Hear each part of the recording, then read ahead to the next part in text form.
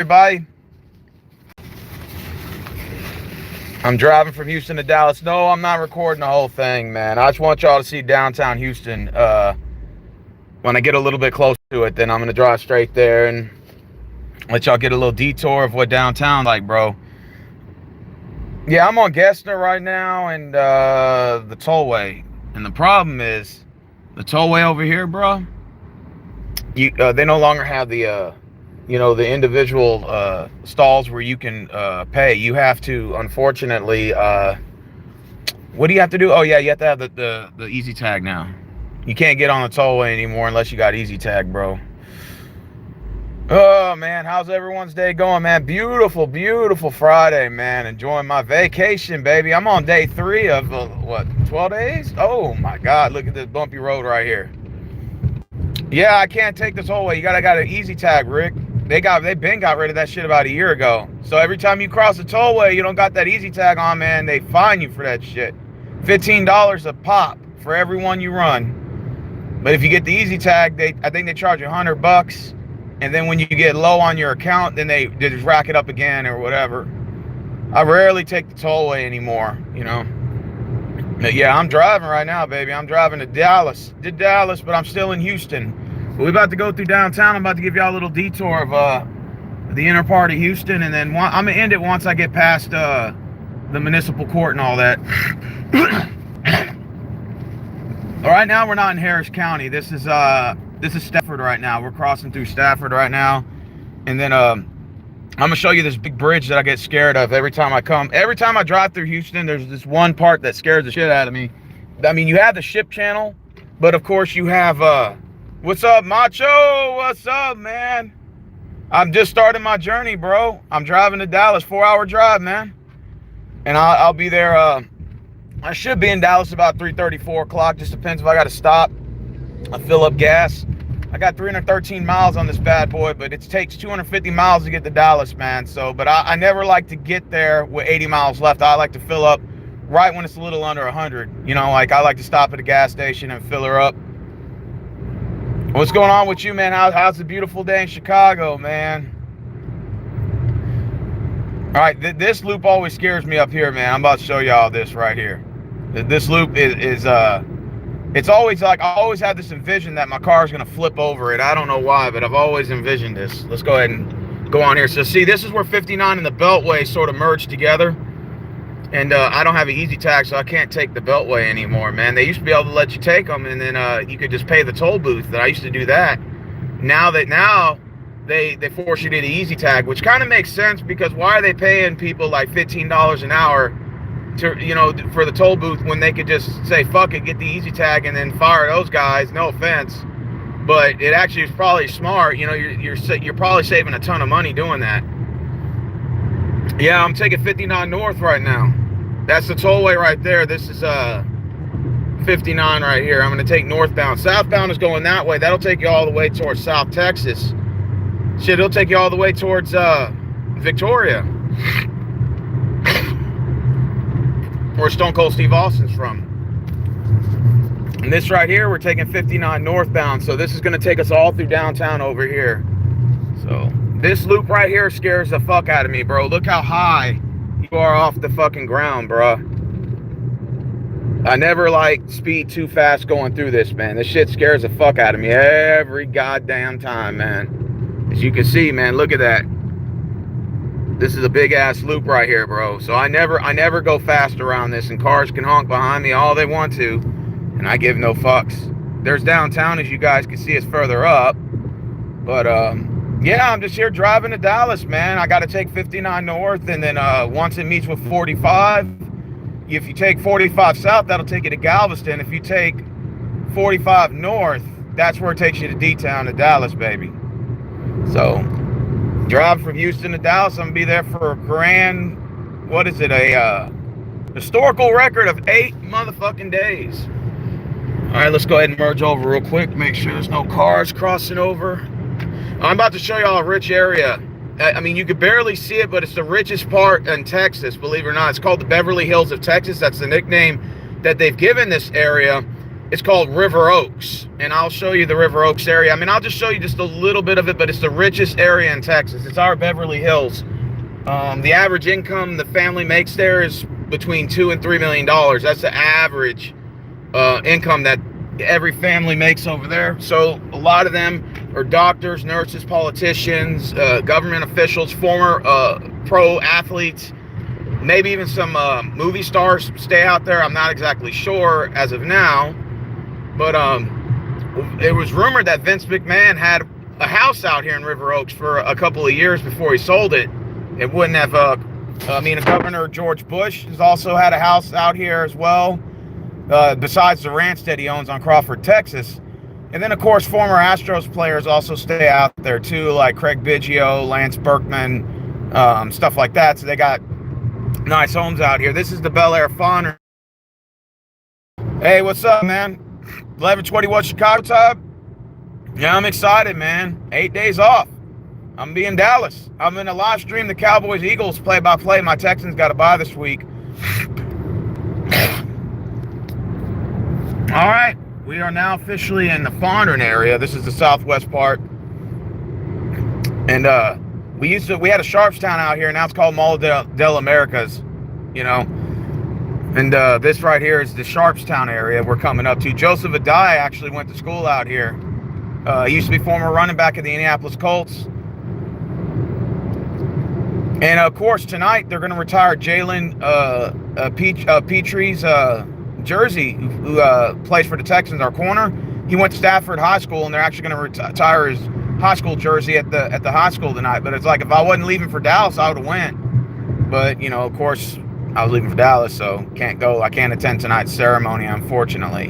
But, you know, a buddy of mine afforded it and showed it. All right, so let's go ahead and go further down. I'm going to show you all the richest area in Texas right over here. It's called River Oaks. And like I said, a lot of famous people lived out here. And let's go ahead and mainly politicians have houses out here, former governors, stuff like that, pro athletes, stuff like that. They live out here. I know Tuve's got a house out here too. He plays for the Astros. But we're just going to quickly pass it by. I'm going to be on the freeway, so you're probably not going to see like too much. But it's right where 610 and 59 meet up. So let's go ahead and drive further down. And I'll get y'all a quick shot of downtown Houston, and then I'll probably end the stream once I get on 45. Or probably after I get on 45 and I start crossing the Harris County Courthouse and all that shit, and begin my drive to Dallas. You know, just wanted to say good morning to everybody, and you know, hope you guys, you know, have a wonderful day, a wonderful weekend, man, and, you know, that sort of ordeal. Rick says have fun in Dallas. Oh, man, you already know. You already know I'm going to have fun, man. It's going to be a blast. I'm just excited for my 8 days off. I'm not even thinking about work. You know, my coworkers were still calling me this morning, and every time I answer the phone, I do need a dash cam. I do. Dash cams are probably a lot better than me holding the phone and driving with one hand. You're probably right, bro. Okay, downtown is coming up. Let me go ahead and cross over real quick. First, let me look. There's a big truck coming by me. 1 second. Try to catch my blind side real quick. You have to always look on your blind side. A lot of people just think, oh, there's no cars looking to the left and right. But, man, there'll be one creeping up right on your blind side, man. It'll be right there, and you won't even know it. Dallas is a shithole. Eastside Herald says, not really. I mean, there's parts of Dallas that are nice, parts of Dallas that aren't. Same as Houston. Same as anywhere you go, except you're going to Baltimore, Detroit, or Chicago, or New Orleans. Yeah, they got a bunch of shitholes over there. I'll admit that. You could buy them at Walmart and use your discount. Okay. Well, I need to do that. I'm going to show you guys River Oaks. Should be coming up to it soon. This is Chimney Rock over here. 59 in Chimney Rock, Rick. I just passed the West Park Toll Road right now. I'm on my way toward. This is downtown Houston. If you guys want to see the buildings, you can already start seeing downtown Houston right here. Drive to Chicago. Yeah, that would be nice. Here goes downtown. We're not in downtown officially, but we're heading in the area. We're not officially downtown yet at Houston. But traffic, rush hour can be a bitch driving through here, man. Especially between the hours of about 2 and 7 are the worst. You know, and now the population's growing down here, man. It's even getting worse. Like the rush hour is starting to start an hour sooner now.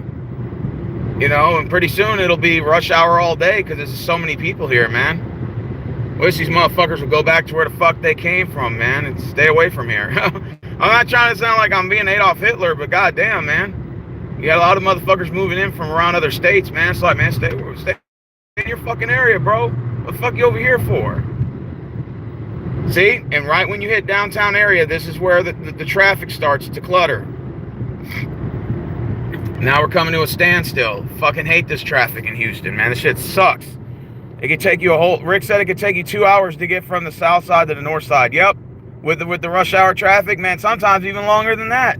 Sometimes you could be sitting on that freeway for a whole hour and barely moving. And see, look, this is where the standstill begins. And look, it's barely 11:26 a.m. here, bro, and it's still, you can still feel the impact of the morning rush hour. Ain't that a bitch? It's like constant, all day rush hour. Now, at least this traffic's kind of somewhat moving. For some reason, 610 north and south always get cluttered. As you can see, look, 610 north and south are all cluttered up. 59 is kind of a clear straightway path. That's 610 right there, north and south. And they call it north, south, east, west, all the same thing. Hey, what's up, Donovan? Yeah, I'm not officially downtown yet. I want to show you guys River Oaks, and then I'm going to show you downtown, of course. Got the metro in front of me, driving like grandpa, but I don't give a fuck. I want to play it safe right now. Hold on 1 second. Let me put my right signal on. We're about to hit downtown coming up. Like I said, I'm still waiting for the River Oaks area. The River Oaks area should be coming up. Then it's going to be like Kirby Drive, and then it's going to be and then after that we're gonna hit downtown. So, and then we got to go under that long bridge area. Yeah, y'all about to see. I'm driving up this motherfucker right now. Rick said the traffic looks pretty good. Yeah, it looks pretty much of a breeze it is going. See, this is Westland and Newcastle right here. To the left, past all these buildings over here, is all River Oaks out here. So River Oaks is out here in this area. It's kind of hard to see again because with these neighborhoods past these buildings are blocking are all predominantly rich $1 million homes that are all behind those buildings. Neighborhoods over there. Buffalo Speedway, Eldwell Street on both sides. You got Rice University on that side. You got River Oaks on the other side. And that's where a lot of like people that got some real money live out in this area over here. Expensive restaurants out here. Lakewood Church, aka Joel Osteen, has a house out here. There's Lakewood Church.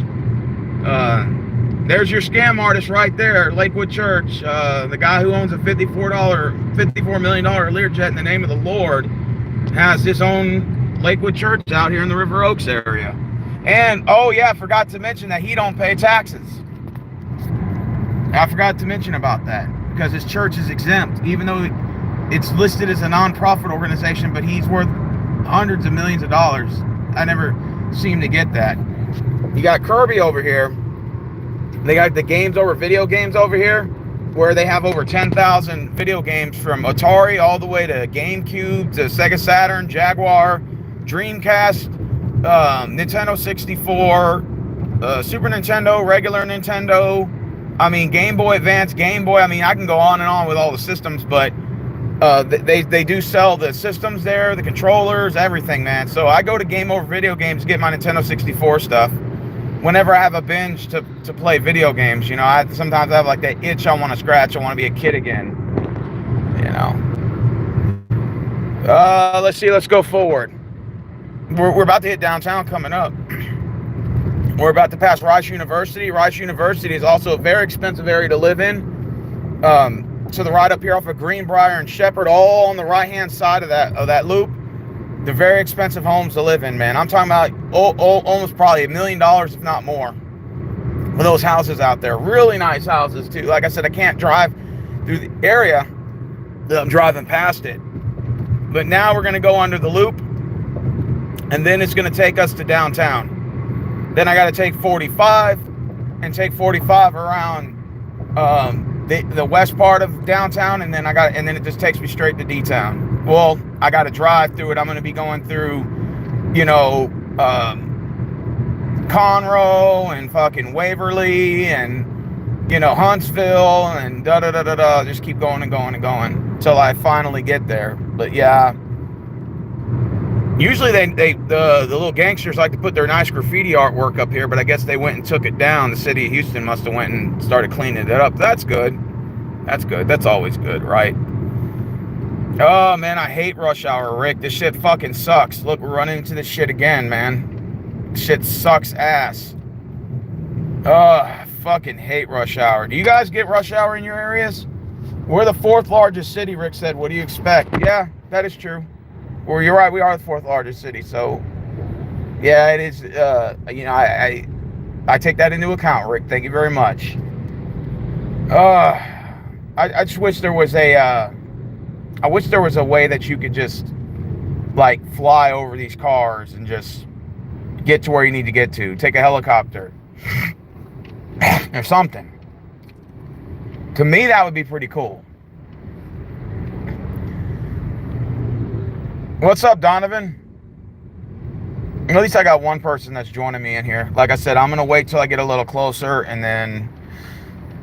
Do you remember this? Do you remember that sign to be someone? Yeah, I think they took that one down because I don't see it up there anymore. It was on one of these bridges here, but they took it down. Yep. Now, I'm not officially in the downtown area yet. I'll make this loop around here. 288's about to meet up. You got, of course, Richmond Avenue, downtown Louisiana Street.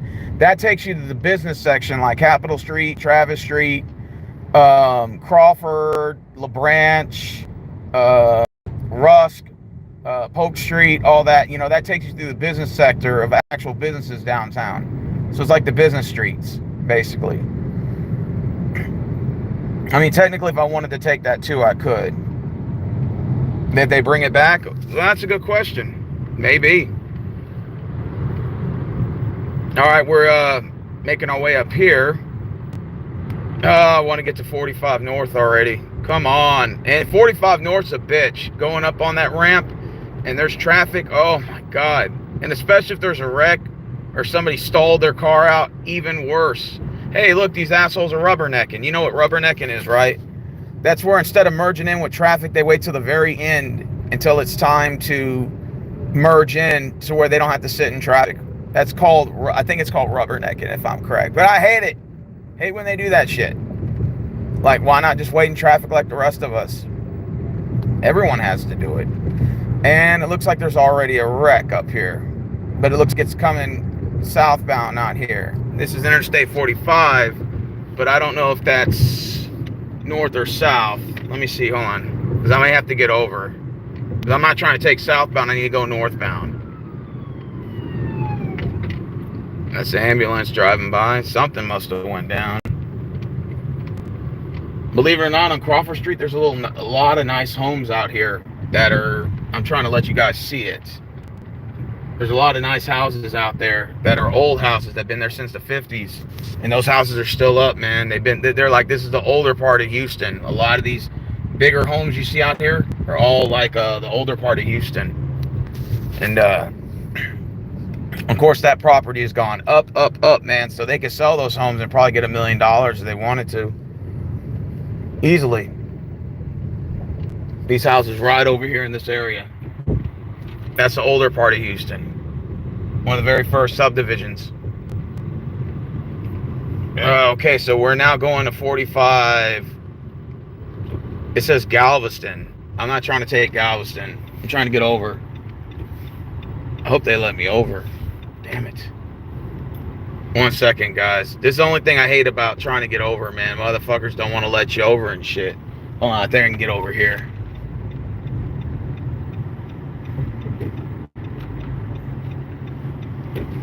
Okay, I got over. I think if I'm correct, I could still take 45. Can I, Rick? Can I still take 45, bro? Even though this is a south exit? Well, it has north and south on it, don't it? Just let me know, bro, because I think if I'm correct, I still could. If not, I can still take 59 north to 45. It's not a big deal. Yeah, to stay on 45? Okay, that's cool. All right, so I'll try to get over. Hold on one second. I didn't know that, bro. Yeah, I'm still in Houston, Marvin. I'm just, like I said, making my way down. I'm basically downtown. That's where all the traffic is, unfortunately. I'm basically almost damn near downtown. Like, almost right there. Once I hit this curve, you guys will see all the buildings and stuff, I think. Okay, I could take... Yeah, I could take this way. Yeah, I can. Alright, I'm on 45. There's 59 right there. You're going to be eating some bomb-ass wings, yeah, on Sunday. Alright, let's go ahead and get over. I think 45 north, I got to get to the left. Of course, you got to remember the blind side, because the last thing you want to do is... I'm trying to get over. Hopefully they'll let me. Oh, yeah. Please, thank you. Oh, shit. That's a pothole there. Thank you. I appreciate that. I always wave at everybody that lets me over. I'm not like a dick and just cut people off and just not wave. I'll like give them the signal. So I was telling that lady, thank you, thank you, thank you. I always like wave multiple times to acknowledge. Like, people will cut me off and like come in and they won't even wave or nothing. They just do it and you're supposed to slam on the brakes. So this is 45 north. You can see downtown's right here. Look to your left. That's downtown right there. There's all the skyscrapers right there. All the skyscraper buildings downtown. We're going to be passing right through it. So this is downtown Houston, everyone, right here. Now we're looking at her. Ain't she a cutie? Ain't she a beauty? Now, if you take 59 north, I'll take you straight through there, but I'm not taking 59 north. 59 north, Rick, will take you to, like, Livingston. You can get there to Livingston, Tascasita, Humble. I mean, it depends on how far you want to go. How far you want to go down 59. Do you want to go all the way to Texarkana? You can do that if you want to. I mean, I have no reason to be going that far in that direction. So, no. I got to go 45 to Dallas. You can't take 59, Marvin. You can't. So... a lot of people say, oh, we'll just take 59 north to get to Dallas. I'm like, no, 59 north doesn't take you to Dallas, actually. No, it doesn't. You got to take 45. Just like they'll say, well, you take 59 south to get to Galveston. I'm like, no, you got to take 45 south. Oh, to get to the ship channel, you got to take 610 eastbound. You see what I'm saying? Like, you got to know your freeways and stuff. I mean, I'm telling you, there's people I know that don't even know, barely even know how to get out of their own neighborhood. Like, I'm dead serious. Like, they'll be like, where's that at? I'm like, it's over here. Like, 3 streets over. Oh. I'm like, you don't know your own neighborhood, bro? I'm like, I know your neighborhood more than you know your own neighborhood. Shit. There's people that don't even know how to get around Houston. If you put a blindfold around me and you put me anywhere in Houston, I can get home. It may take me a long time, but I can get home. Stick me on the north side, the south side. You could throw me in the middle of County Road 57 over there in the countryside over there, and I'll get my way home. Because I'm familiarized with the areas. If you just tell me the city I reside in, if I just like, okay, what town is this? Oh, this is let's just say, for example, oh, this is Sealy. Oh, fuck, I know how to get back. I'm just gonna take 36 to 59 or whatever, and I'll walk back. I mean, just hypothetically, like, you stick me in El Campo, you stick me in Wharton, put me anywhere around in the Houston area, like, I'll know how to get home. Not that hard. A lot of people don't even know their ways around the city. And I think, before you learn the world map, I think you need to learn how to get around your city, man. That's facts. That's some facts. I want to eat some wings, man. I probably might eat some wings at Buffalo Wild Wings on Sunday when the Cowboys and the Eagles square off. Yeah, me and Travis will probably stream that game, and we'll be just chilling at his house. But yeah, here goes downtown Houston right here. She's a beauty. Where's the Williams Tower at? That tall building you see over there with the glass shade. That's the Williams Tower over there to the left. St. Joseph's Medical Hospital, the Hamilton. Exxon Mobil right over there to the right-hand side. Shell, the one with the pointy arrow. I know I'm familiar with most of these buildings, but like I said, I'm driving right now, so I'm just trying my best to.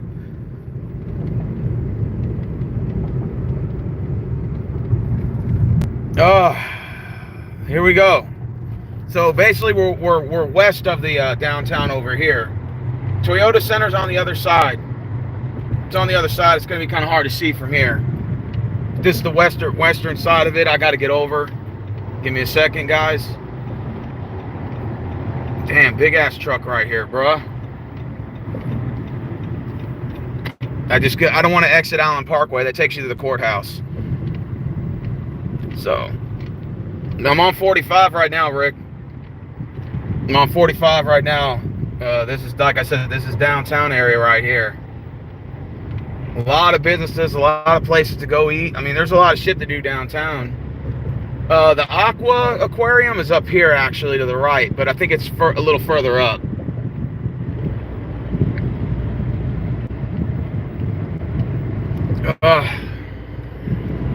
In the parking garage right now. Let's go.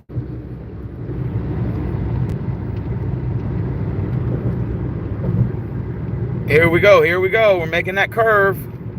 Allen Parkway, Houston Memorial Drive.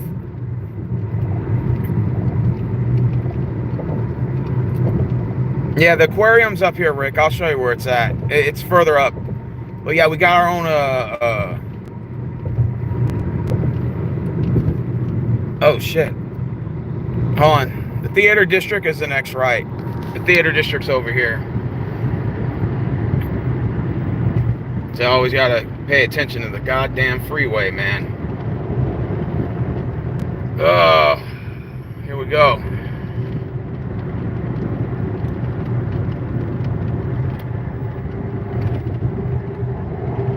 Sorry if I'm being quiet right now, guys. I'm just paying attention to the road right now. It's turning up here. Come on, let's go. Let's go. I hate these curves, man, because I'm always afraid my car's going to spin out. I don't know why. It's just like a phobia. Okay, the aquarium's over here. They got a nice little Ferris wheel, but it's nowhere near the one I'm going to go to in State Park in Fair Park, Dallas. There's the aquarium right there. I'll let you guys see it. An underwater adventure. There it goes. If you want to take I-10 west, that'll take you to San Antonio. If you take I-10 east, that'll take you to Jacksonville, Florida. It was about 11 hours, 12 hours. I-10, take I-10 west the whole way, or I-10 east, I'm sorry. It'll take you straight. I-10 west will take you all the way through San Antonio, up to El Paso, Las Cruces, New Mexico, Tucson, Phoenix, Arizona, back down to Buckeye, all the way to Yuma, and then cuts right into Southern California and ends in San Diego. See? So I know my way around. Comes from experience of driving, man. You start learning the roads and everything. You don't even need Google anymore. But sometimes you'll need it for certain, like, streets or cul-de-sacs or whatever. But once you kind of know the basics of the actual highways where they go through, you kind of know the basics. Like, I already know how to get to Dallas. I don't even need a Google map. I don't even need a Google map to get to the hotel. But I may just Google it once I'm in Dallas, and once I hit I-45 and 20. Yeah, 20 takes you to Shreveport. If you make a right on 20, it takes you to Shreveport. If you make a left from 45 on 20, that takes you towards Richardson and the south part of Dallas, like southeast side, going towards Lake Carroll, Grapevine area, and stuff like that. So, I mean, I kind of got my basics around Dallas. I just need to learn more about it when I'm driving around, especially the downtown area. I need to start learning my way around. I know my way around Mesquite, Pleasant Grove, and all that in South Dallas. I just need to learn how to get towards North Dallas and start learning my way around Plano and Addison and, you know, all that area up there. You know, start learning start at Frisco, start learning how to get around there. Irvin, yeah. Let's go. Here, if they're going to expand I-45 in Houston. Yeah, you're probably right. Okay, so where I'm at now, well, basically, I'm now officially past downtown Houston. I'm now making my way towards the Woodlands. And the Woodlands is also a very, very, very nice area to live in. You got to have some serious money to live out there, man. It's the taxes are pretty much very expensive to live, man. But I mean, honestly, I've always wanted to go to the Huntsville State Park, which is a little bit further up. It's about another hour and a half up. But the Huntsville State Park's got that big Sam Houston statue, and I heard that the park there is badass. And I really, really, really want to check that out. So one day I may have to take a 3-day vacation and just go to Huntsville and just check out that state park, man, and maybe do like live streaming there and letting you guys see that, you know. Yeah, I'm making my way. I just passed Cavalcade, Marvin. So we're basically like going north. Basically, I'm almost leaving Houston, basically. We are still in Harris County for probably another 20 miles or so. And then once we're outside of Harris, you're going into like Chambers County, Liberty County. And then after that, you're just in the dead area, just driving straight to Dallas, man. Countryside after that. I will say driving to Dallas is beautiful. The countryside is beautiful, but it's also the same way when you're going to San Antonio. So we're now hitting up Cross Timbers. And like I said, the Woodlands should be probably another 30 minutes or so up here, the Woodlands, give or take. And then after that, you know, just, you know, the next area I would be hitting is Conroe. Conroe would be after that, another 30, 45 minutes down the road after that. So we're hitting Airline Drive and Cross Timbers. And it just depends on the areas you go to. Some areas are vastly majority Hispanic. Some are black areas, and then you got some that are like a little bit mixed, diverse. So it just really just depends on where you go. No, I've never eaten at James Coney Island, believe it or not. That should be on my bucket list. I heard the hot dogs there are really good. That's what everybody says, of course. You know, the hot dogs are pretty good. So I've always wanted to go eat at James Coney Island. Just haven't done it yet. But Whataburger, man, if you guys ever come down here, I remember Kim123 came down here. And I let him try Whataburger for the first time. I got him a triple meat cheeseburger with fries, and I think he got something else too. And he was like, "Oh my God!" Like he really liked it. Like Whataburger. If you guys looking at that Whataburger, you guys got to eat there, man. It's like our version of McDonald's, but 10 times better. The food there is really good, man. Like I said, I'm a triple meat burger king. I love the triple meat burger, and of course, you can order more patties on it if you want to pay a higher cost. One time I told them put 8 patties on that bitch. They're like, really? You want an 8-patty Whataburger? I'm like, hell yeah. They barely was able to put it on there. They're like, damn, how you gonna eat this? I said, I'm gonna cut it with a knife, cut it in pieces. I'm eat that motherfucker. Man, that burger was about damn near $20. But I wasn't tripping though, because I had the money and I was like, fuck it, I'm finna eat it. Yeah, the Woodlands is still a little bit of ways. But yeah, Woodlands is a nice area. That's where Veronica lives. Like, y'all ever hear me mention her? Veronica on my channel. She's also part of my NFL Pick'em League. She lives out here in the Woodlands. But she's originally from California, though. So. All right, let's Parker Road and Yale Street. Let's go ahead and keep going. Poncho's Buffet is honestly, Poncho's Mexican restaurant is so overrated. That shit's disgusting. Now, they might have been better over the years, but I hated it when I was a kid. So maybe they might have changed it. You're better off eating out the taco truck if you're out here, man. They got Little Mexico down here, some restaurants that are really good food, but most of the food actually comes from the taco truck, man. That's just good. If you see a little vendor taco truck, man, you get about 8 tacos, shit, you're good to go. And ask for the works, the whole 9 yards. Lettuce, tomatoes, cheese, sauteed onions and mushrooms. Put a little bit of that hot sauce on it with some sour cream and guac, man, you're good to go. And don't forget the rice. See, if I wasn't on a diet right now, I would be scarfing that shit down. I want to watch what I eat when I get there, man. I don't want to end up gaining 10 or 15 pounds when I get back. Because when you go out of town, man, and this happens to me all the time. Veronica, that used to live in Iowa, yeah, she lives down here now. Yeah, she lives in she's an Iowa State fan too. Iowa State Cyclones. Okay, keep going straight. Hold on one second. The Woodlands is not coming up yet, Rick. I know my way around here, bro.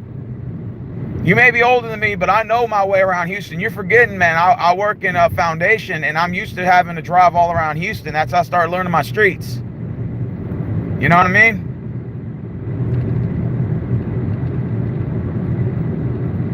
Well, yeah, there's certain parts out here you don't want to be walking around, of course, in the middle of the night. A lot of prostitutes and gangbangers and shit walking around. But why the fuck would you want to be walking around in the middle of the night like that anyway? If it ain't my neighborhood, or if I ain't a safe neighborhood, I ain't walking around that motherfucker. I'm staying my ass at the house, or I'm gonna post up outside. Why the fuck I need to be walking around in the middle of the night for? I got a car anyway. So that just defeats the whole purpose, bro. Come on now. Why would I be walking around these streets out here in the middle of the night like that? Unless my car broke down. You know, there's certain areas you don't want to be around in, you know? Let's keep going. The Moon Sun Suites. I'm still making my way towards the Woodlands is still a little bit ways up. Still a little bit ways up. But I'll get there. Sorry about that, man. It's gotta be dropping because of the internet. I don't know, it's been doing that lately. I don't know why. Be safe out there. I'll be safe out there, B-City. But right now, it's just I lose connection. But it has dead zones out here. So if it cuts off, I'll try to cut back on. But I know once I get past certain areas, it's gonna cut me off completely. So if it does, I'll just end the stream. But yeah, Woodlands is coming up. Where's the Woodlands at? No, the Woodlands ain't coming up yet, bro. We're still a little ways out there. Well, at least 4 people are still watching me. I'm on West Road. Tomball's to the left, but further to the left on the other side, going towards 249 and the Beltway. And that's where Willowbrook Mall's at. Willowbrook Mall is west of here. I'm going in that direction. You can take West Park, take you straight there. And Tomball's a nice area too to live in. You know, that's a very nice area to live in.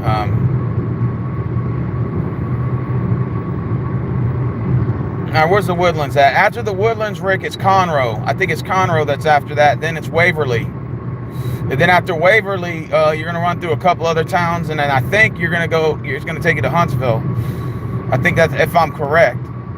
I mean, like I said, the last time I went to Dallas was in July, so I just remember some of the towns. I don't know which street and way, but I know the basics. You know, Bush Intercontinental Airport's coming up too.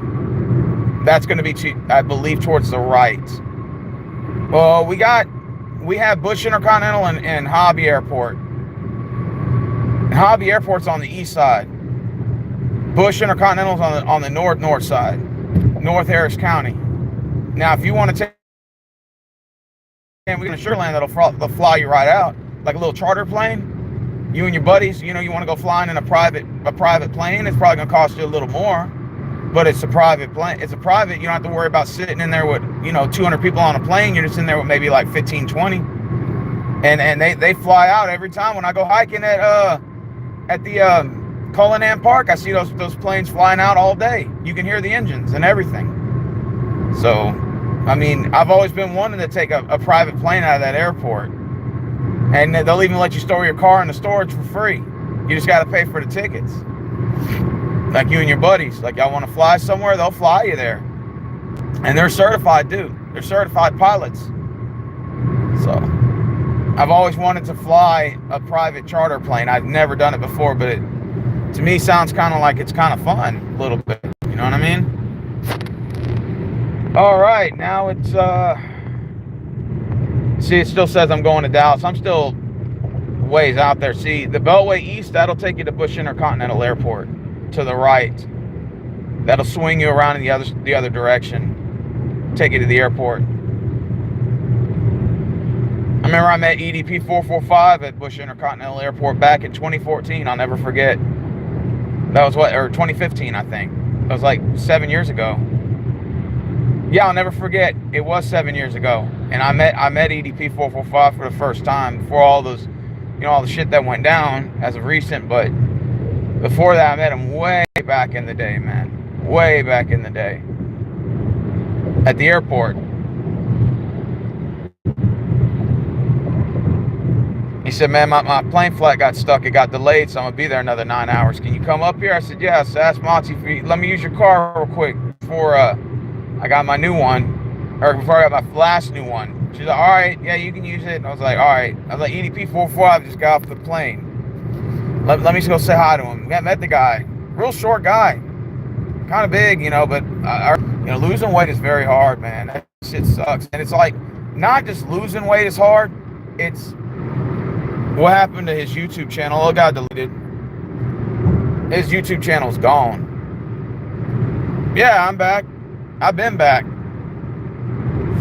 Like I said, if it cuts off, it'll cut back on. It just cuts off at time to time because of the you know, I have to pick my internet up from another cell phone tower. When you're out in the countryside, sometimes you'll go 40 miles without any cell phone service. So I can't do anything in that case. You know what I mean? If my stream ends, I'll just have to end it. But yeah, I'm on the airline area, Airtex Airline Drive. Like I said, still making my way to Dallas. It's gonna be about 4 hours. I just, you know, I wouldn't doubt it if I don't get there till I'm gonna say between 3:30 and 4, just to be on the safe side. It's barely gonna be noon now. And boy, do I need this vacation. I'm so sick and tired of fucking working all the time, man. That shit's so stressful. I'm pretty sure a lot of you guys know what I'm talking about. Shit's fucking stressful. It's just you work, pay bills, more responsibilities, work, pay bills, man. That shit get tired after a while. I mean, like, you like to work, don't get me wrong. I enjoy working, but at the same time, it's sometimes you just need a break. You just get tired of it, you know? And it was just one of those days I just needed a break, man. I needed that break. Oh, look, Hobby Lobby's got their own trucks. I didn't know that. And like I said, I'm just driving to Dallas, man. Just enjoying my day. Let's see what my internet. 76%. Damn. I just barely 45 minutes.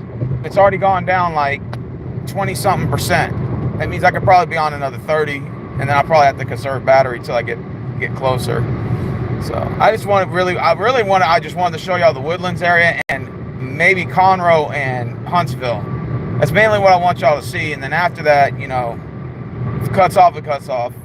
It is what it is. Because I know we have a what's called like what they call them, like where there's no cell phone coverage, like drop zones. I forgot what I said it earlier. It's just not ringing on my head.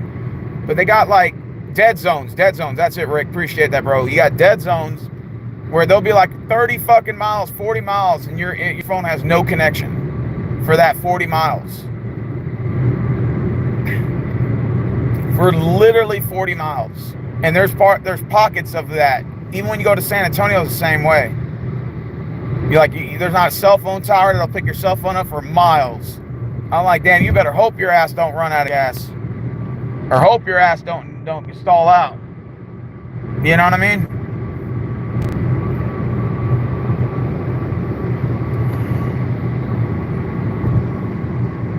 Oh, I'm tired.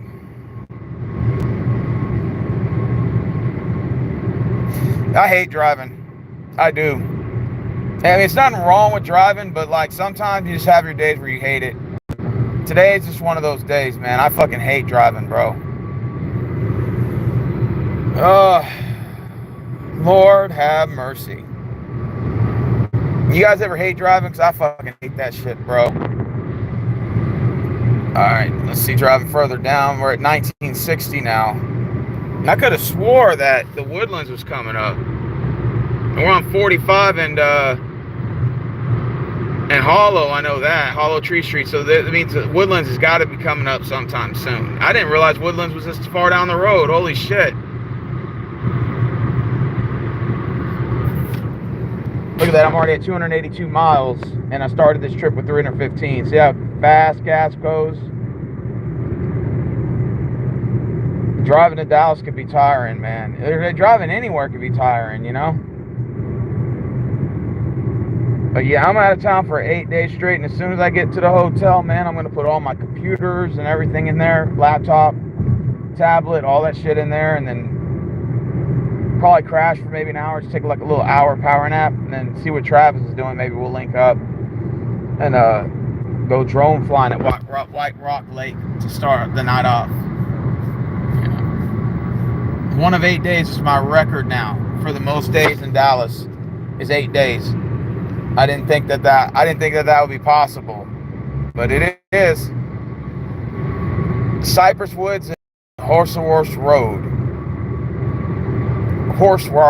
I pronounce that damn place. And then HOV lane. Never want to get in the HOV lane because you have to be in there with a passenger, and if you don't, they'll fine you or whatever. So that's how huge Houston is. Yep. You're right. We're at Cypress Woods now. Cypress Wood area. Still making our way here.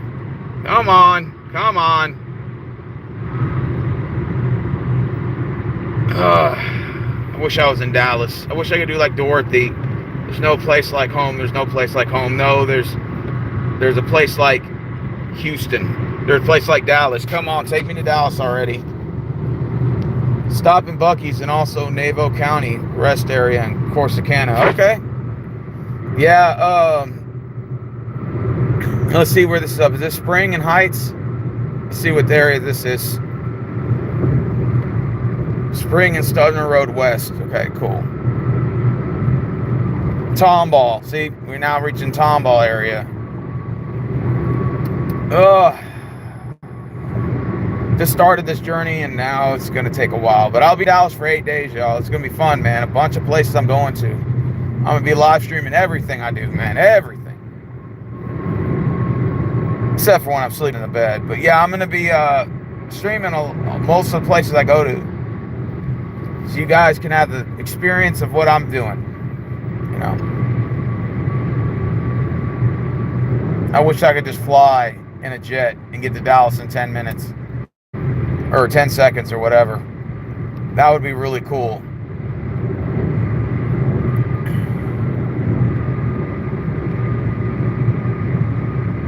Here we go.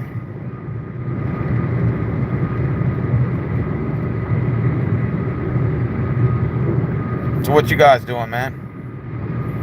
There are 5 people in this chat room, man, which y'all getting into today. Which y'all's goal, which y'all getting into, man.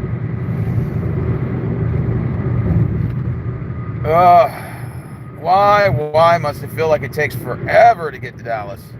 I can't already be there, god damn it. Nah.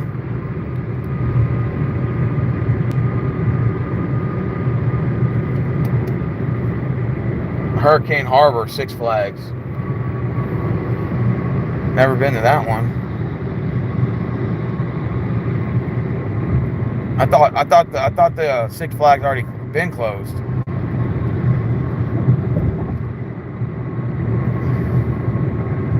Come on.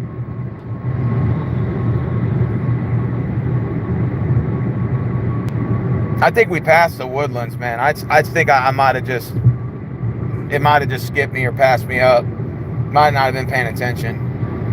I could have swore I didn't, though.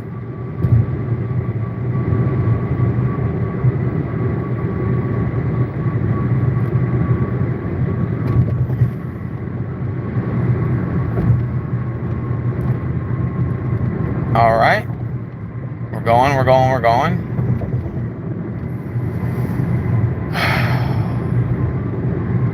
I thought this was going to be easy driving to Dallas. Now I'm like, oh, God, I want to turn around and go home and go to bed. But I probably won't be saying that once I get there. I might be having like a change of tune, you know?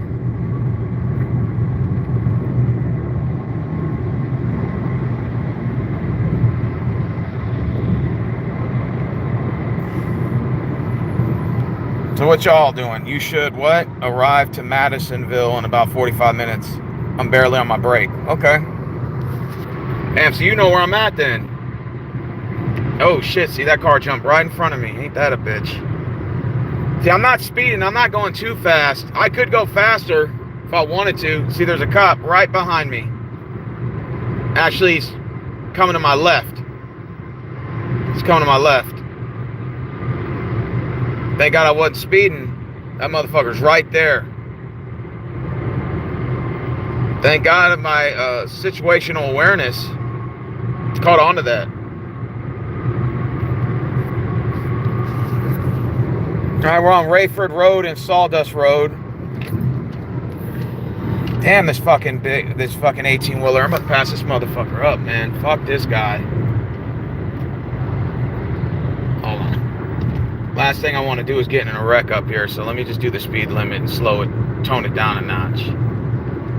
But I gotta get around this 18-wheeler. Fuck this shit, man. He keeps slamming on his fucking brakes every 5 fucking minutes. Well, I know why he's doing that, but still, it's kind of annoying.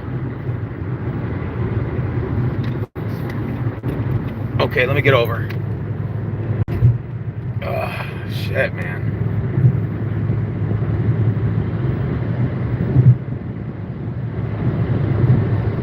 The Walker County line. Okay, cool. Alright, making my way down here. I know the cell phone reception gets bad, doesn't it, Tejano?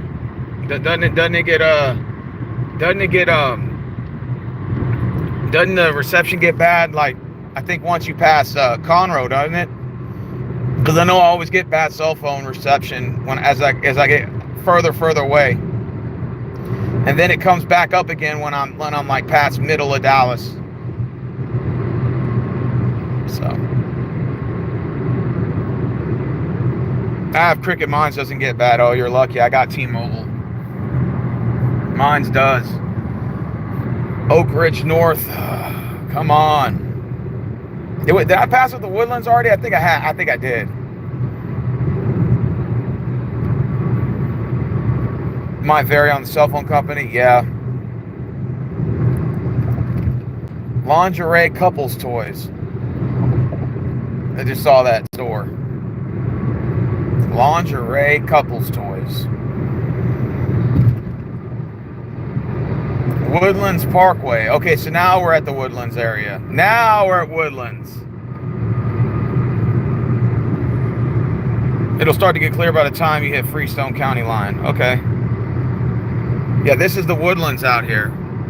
I used to know a girl that lived out here. That was the girl I was seeing for 3 months. I was telling you that story about how she introduced me to her parents like the day before Christmas, and then basically brought me over to tell me that she's still talking to her ex. Was texting a fool right in front of me. Oh, I was hot.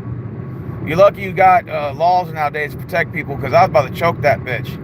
I walked out, I took that fucking wine bottle out of her hand. I said, you don't deserve that alcohol anymore.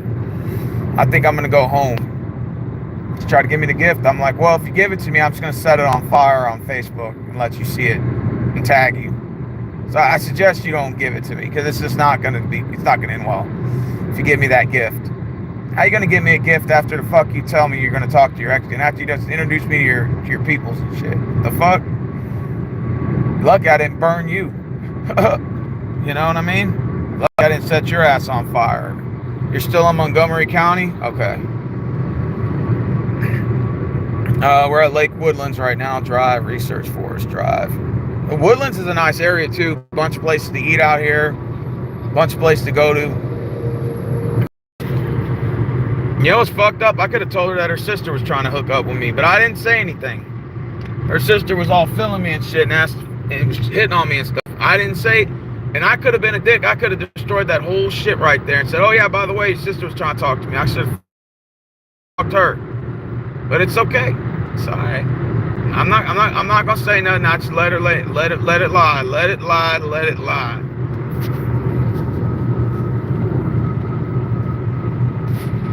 All right, College Park Drive, Needham Road. Probably like my 8th time going to Dallas. I went there in August of last year, September, October, November. I think I went in December. I skipped January, went in February. Then I went in March, and then I went in July.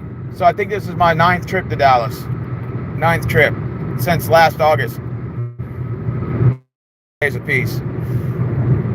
So I wouldn't be going on these trips, man, if I wasn't having fun, man. I have fun going out there, man. There's so much to do in Dallas, man. So much to do. But I think eventually I want to start traveling like to San Antonio.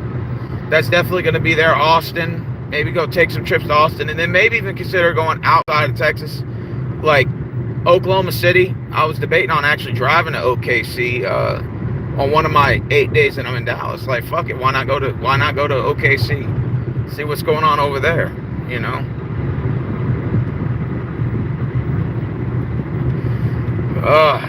Okay, 242 is coming up. I'm familiar with 242.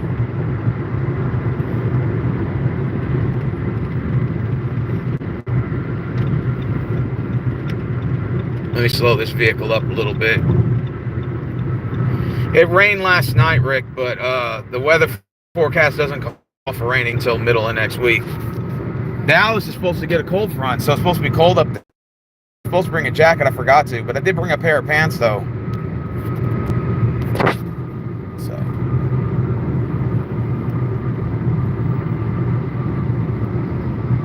What part of, speaking of Dallas, are you going to Frito-Lay, JFK shooting site, or Dr. Pepper factory? I thought about it. I'm actually, these are where I'm going to. The places I got on my list. There's like a Nintendo factory or Nintendo like museum or something like that. That's in Frisco. I want to go there. There's a Civil War museum, the Texas Civil War Museum in Fort Worth. In Lake Mineral Well State Park, you got that, and you got, and those are just some of the things I've written down. And I want to go, of course, go to the movies to go see Halloween Ends. And then, of course, I plan on going to Lake Livingston, or Lake Louisville, and Lake Ray Hubbard, and Lake Carroll, and Lake Grapevine. Just go see some of the lakes and the parks around there, and maybe get a live stream of some of that. And I had some more things written down on my itinerary. I just have to dig through it. But the hotel I'm staying at is in Town Crossing off of, I think, 635 and 30, if I'm correct. It's right off of Motley Drive, and I'm going to be staying over there at the Roof Inn over there. They got a Kroger's in there, too, like a little Kroger's area. So when I get over there, I'm going to go to Kroger's and go just get a little bit of groceries. Oh, Lake Grapevine? That's where I took my wife. Hey, man, when you go to Lake Grapevine, bro, did you go to Katie's Point? Just right past Grapevine Mills Mall. So when you go to Grapevine Mills Mall, you're going to go behind the mall, and there's Katie's Woods. And it gives you beautiful views of the ocean and rock formations and all that stuff. It is so cool. Travis and me went there. We're actually going to go there drone flying, and we're going to film it. We're going to be at Katie's Woods. And that's the southeast end of the lake. And of course, there's more parts of the lake I would love to go to, but it's just, we have to prepare it and plan it and all that. But yeah, I'm going. We're also going to the Baker Hotel. That's supposedly the most haunted hotel in Texas, in the United States. And that the Three Stooges, Judy Garland, aka Dorothy from Wizard of Oz, and Bonnie and Clyde also stayed in that hotel. Now, I don't know if their spirits are lurking around in it, but allegedly the hotel's haunted. So I think that's pretty cool, If you like barbecue, try Lockhart Barbecue. Where's that at? Rick said that there's a restaurant in Lake Louisville on the east end. If you want to try it, it's pretty good. Well, I'm going to go try it out, bro. Like I said, I'm going to get in a lot more shit because I'm here. Friday, Saturday, and Sunday is just basic shit.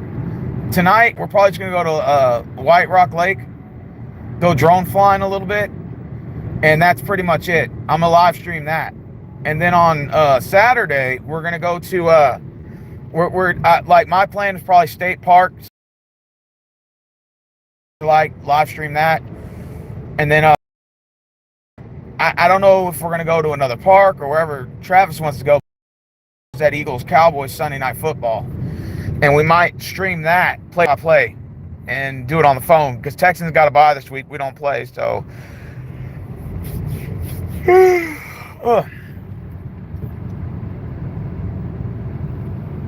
Would you try going to the State Fair or Fort Worth Stockyards?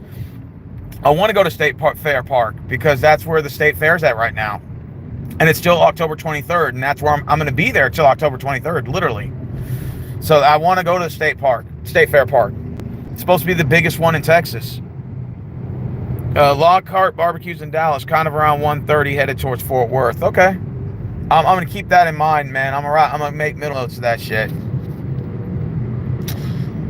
Rick said, where are you at? Let's see. I don't know. I have to see the next exit up here, but I'm still making my way down here. It says San Jacinto River coming up. So I'm about to pass up the San Jacinto River, but I actually need to see a street sign up here. Let me see. It says Camp. Wait. Let me get closer. God damn, my vision sucks.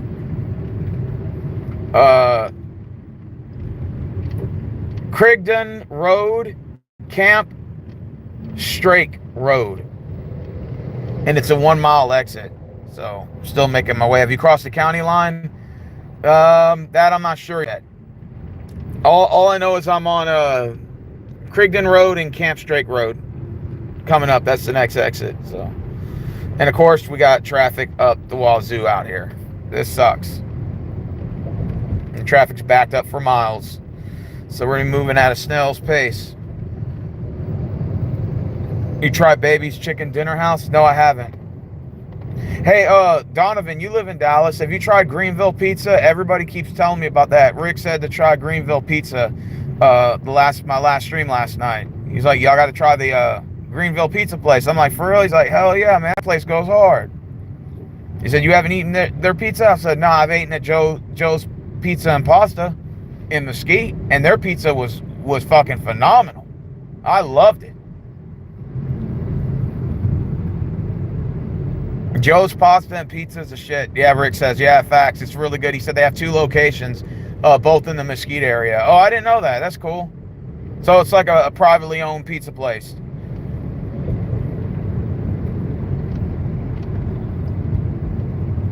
Probably some bullshit by Novus drivers. Yeah. It says I'm coming up to 75 and 336 Fraser Street. Coming up. Yeah, the traffic here is a bitch. This shit sucks, dude. I fucking hate traffic, but I mean, what can you do, right?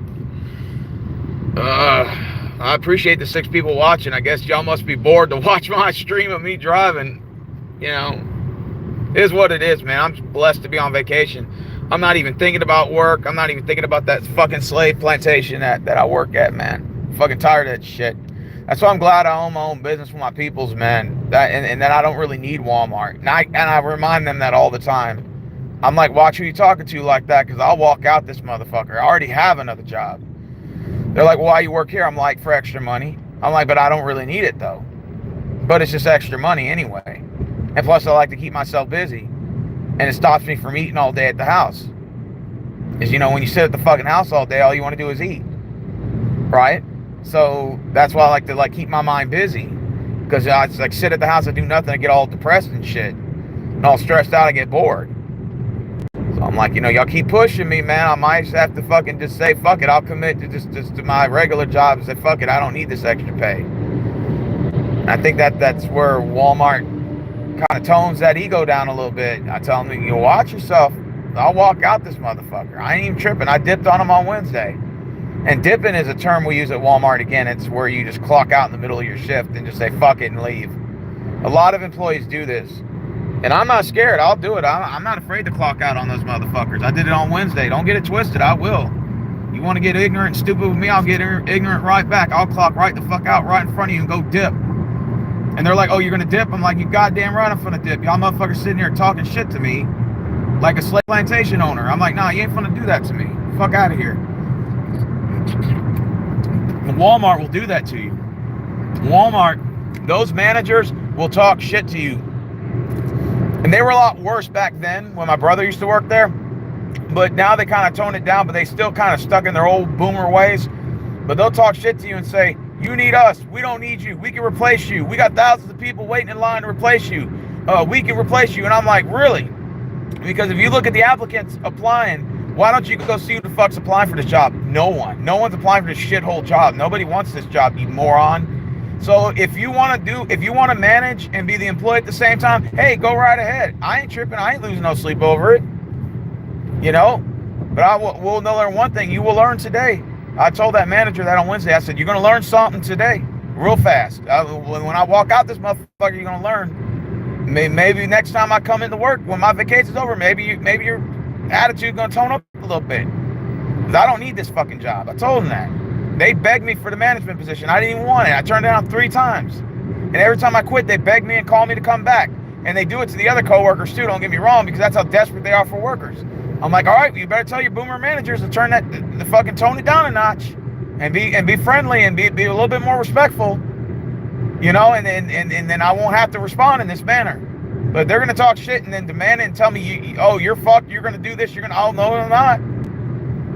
You know, they told me, hey, it looks like you're gonna be staying on the clock another 8 hours past your 8-hour shift. I'm like, no, the fuck I'm not. I'm not staying here no 16 hours. You got me fucked up.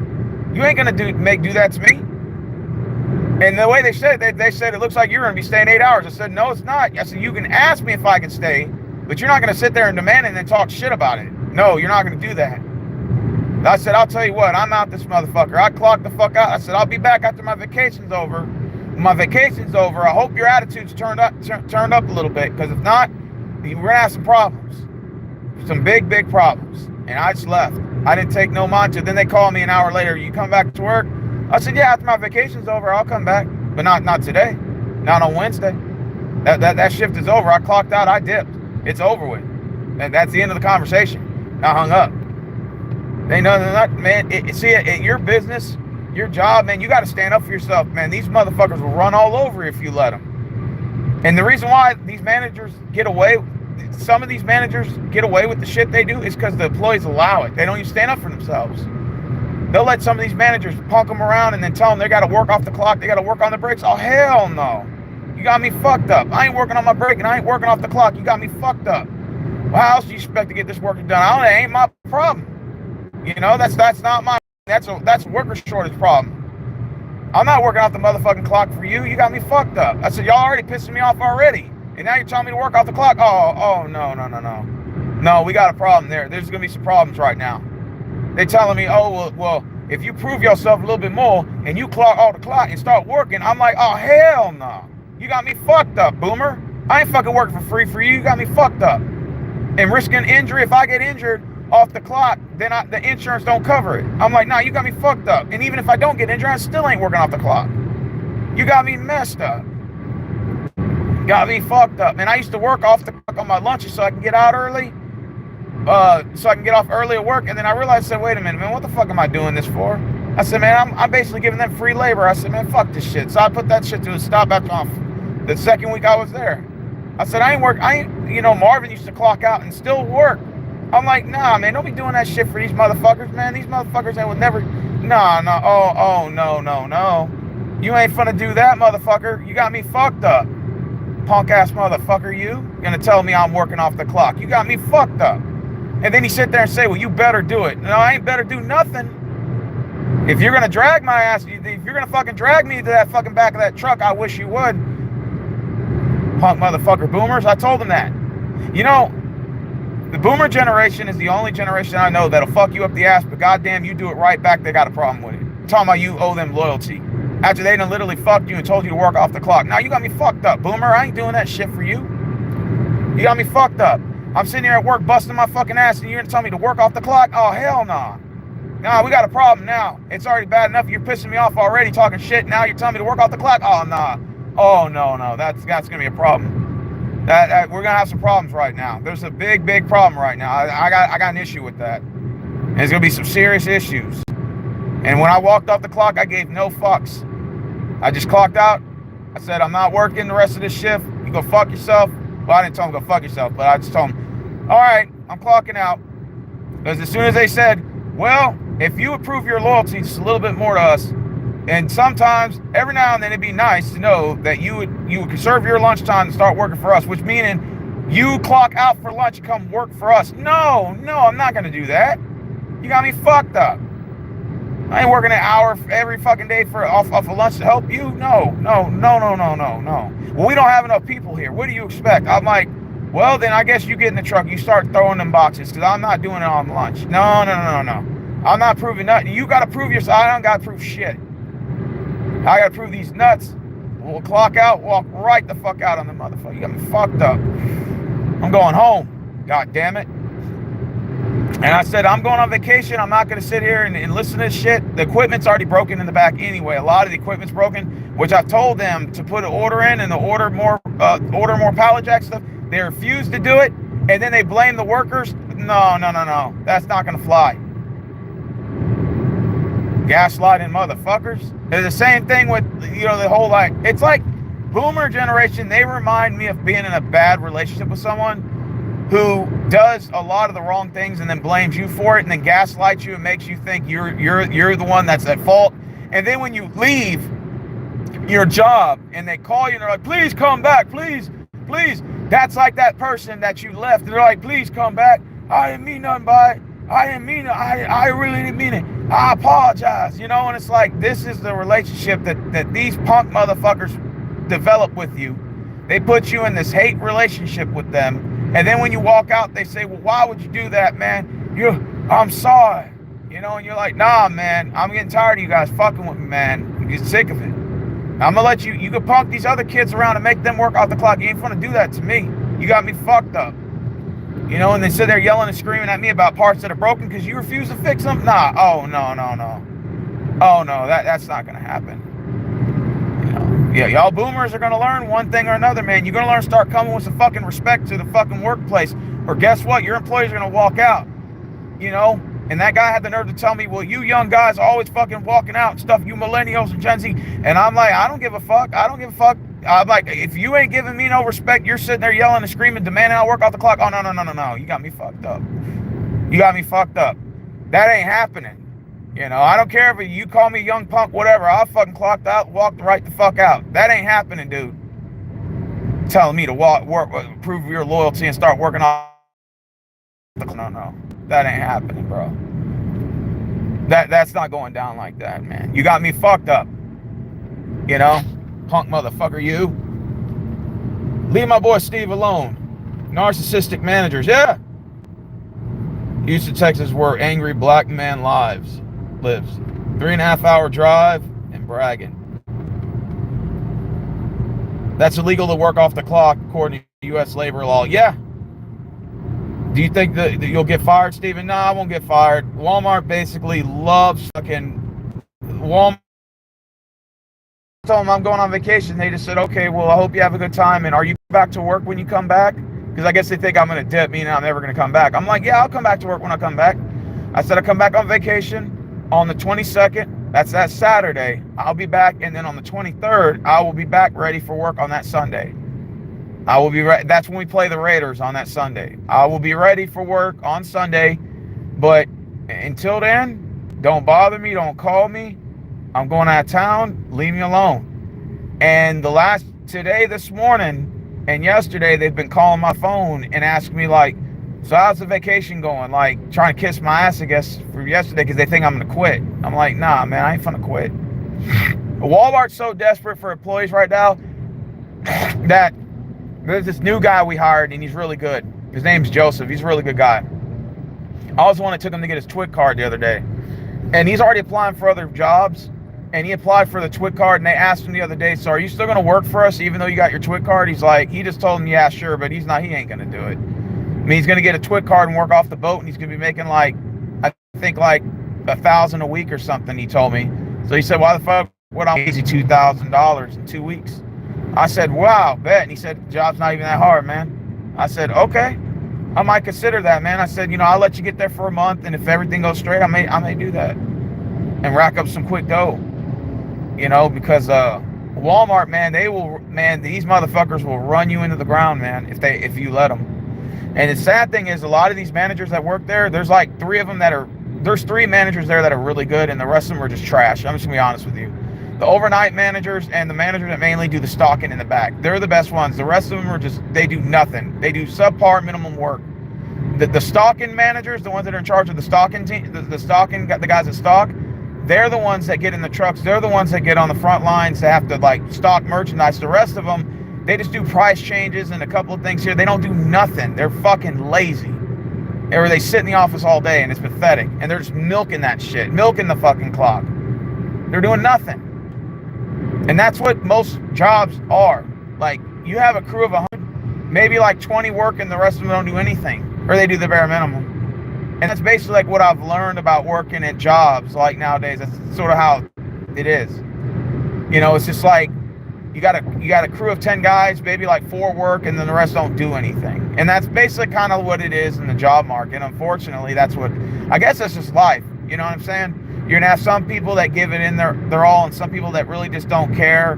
They probably don't like the job or don't give a shit, or they're just flat out lazy and just don't give a shit. Either way, that's what my experiences throughout my life of having different jobs has taken me. You know. Any plans for Halloween? I'm gonna actually decorate my room in Halloween stuff, and then I'm gonna do a video stream of Halloween. I'm actually gonna have a Halloween party at my room, and I'm gonna invite all you guys on live stream to see it. So it'll be kind of cool.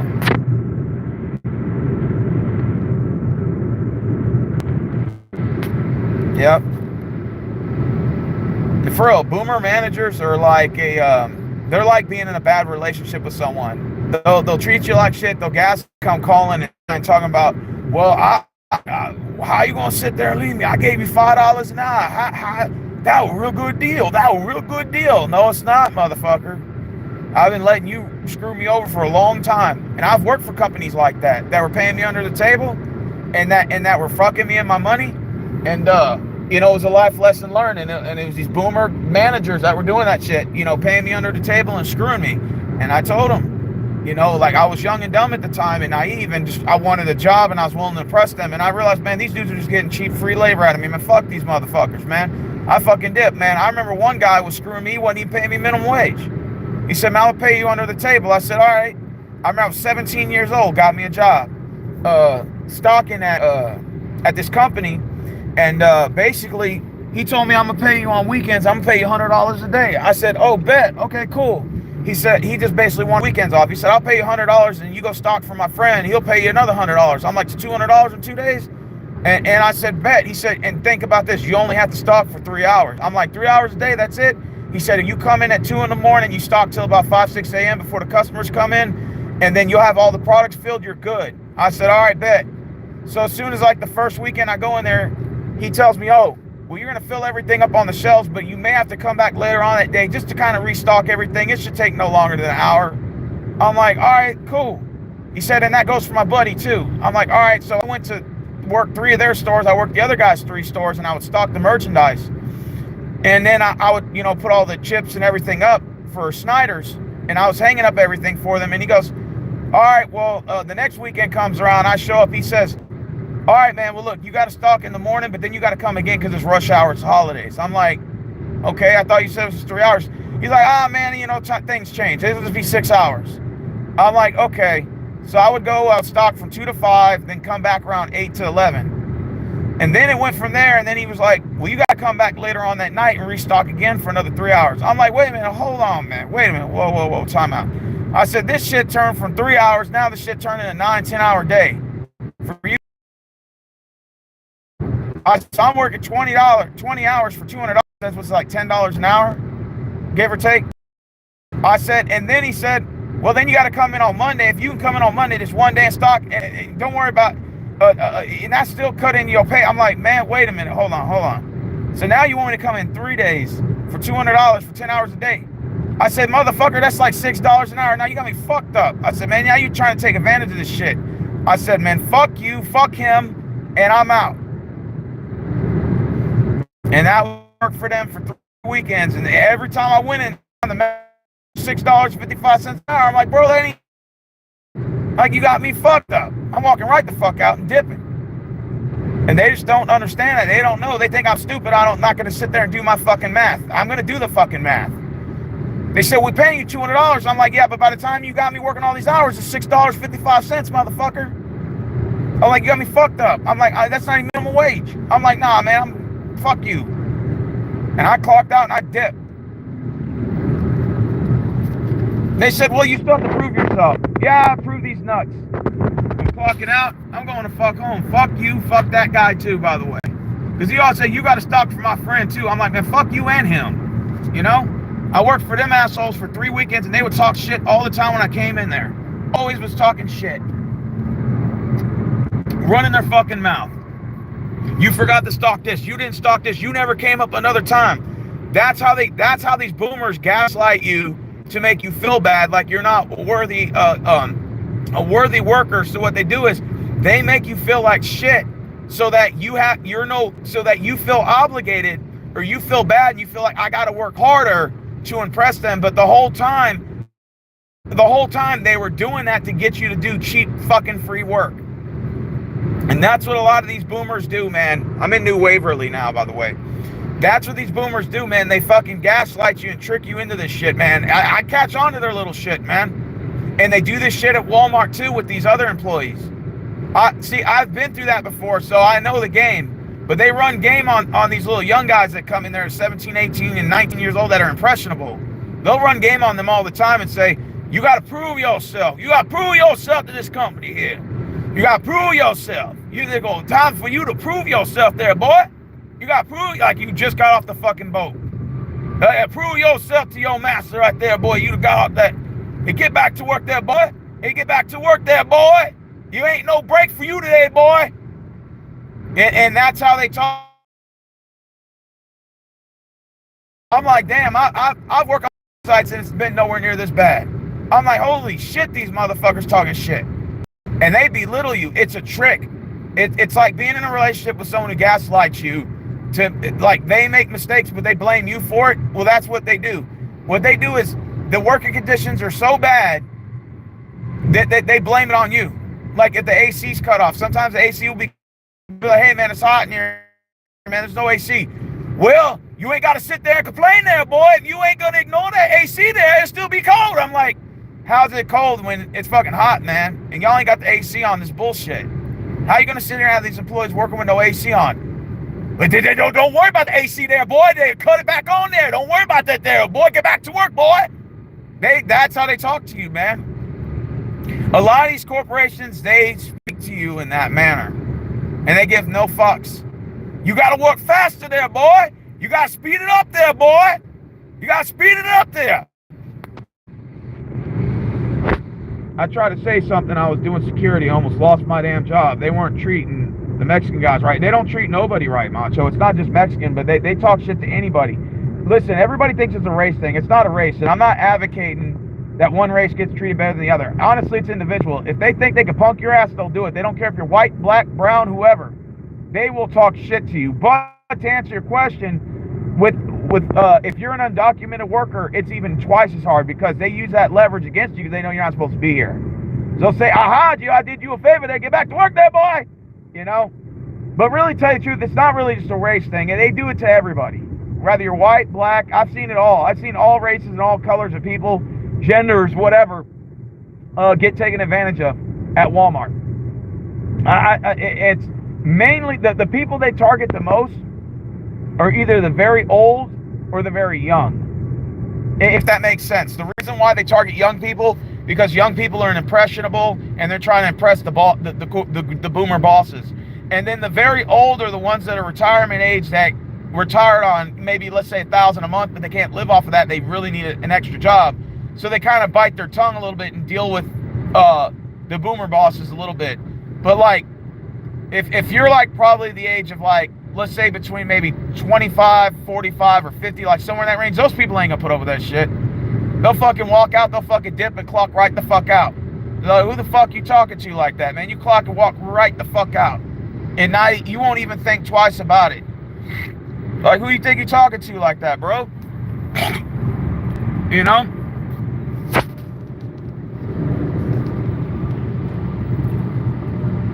They will put their back against the wall. Oh, yeah, man. But these boomer managers know, man, that nobody's applying for those shithole jobs. So they could be in denial all they want, but just to wait till it happens to 5 or 6 years and when they really don't have nobody working for them, then these motherfuckers are going to have to manage and be the employee at the same time. And they have no one to blame but themselves. They have no one to blame but themselves, because all that shit they were talking for the last 20, 30 years caught up to them now. No one's applying for those shoal jobs anymore. So that's your fault. So I guess you got to be the manager, the stalker. You got to be the security guard and the cashier at the same time. Have fun. Good luck with that.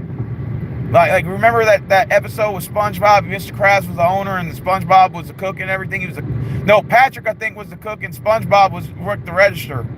So that's what you're gonna have. You're just gonna have one fucking store with 2 people working that motherfucker and 1 manager, because these managers be driving these employees out the building. And I'm not saying some of them don't deserve it, because some of them do, but they drive most of these motherfuckers out with the working conditions, their policies, and their bullshit fucking slave owner plantation tactics. And that's what they do. Yep, they think we owe them. Facts, macho. And they'll guilt trip you. They're the main ones that'll talk about, well, if you do this off the clock, I'll pay you here $5, boy. You do this, acting like they're giving you some kind of deal. I'm going to give you $5. You work the whole day with me cutting grass, and I'll pay you $5. How does that sound? I'll pay you $5 per yard. And you like $5 per yard, and you may do about 5, 6 yards. So that's damn $30. And he's like, here you go, $30 there, boy. You have a good day right there. And he pockets the other $3.50 and has you probably cutting the grass while he just sitting there in the truck chilling with the AC on. Man, fuck that guy. Fuck him. All right, we're here at Huntsville State Park. This is a place that I've been wanting to go to for a while. Let's go ahead and film it. Coming up to it right now. Y'all are gonna see the statue of the Sam Houston. I always like going through here, and Huntsville State Park is on my bucket list. It's got to be on my bucket list of things to do.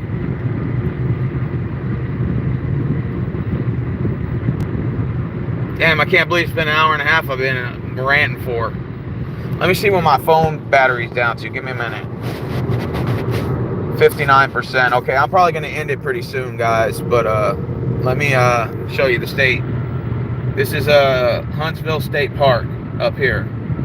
Huge state park over here, and the Sam Houston statue should be coming up, I think. Ain't I right, Tejano boy? Dallas, look at that. 179 miles away from Dallas. Boy, how time goes by. Time flies by fast, don't it? Veterans Memorial Parkway. Yeah, here's the Sam Houston. I want you guys to see the Sam Houston statue. Here we come. It's fucking huge, man. I want to take a picture, selfie right next to it. I may do that on my way back. Sam Houston State University. So let's see Sam Houston. You guys want to see it? Here goes Sam Houston, bro. The big ass statue of Sam Houston. Coming up. It's Huntsville. You owe your loyalty there, boy, to Sam Houston there, boy. Time to get back to work there for Sam Houston there, boy. You owe your loyalty to the company. Prove yourself. They always say that you need to prove yourself. Prove yourself for this job here now.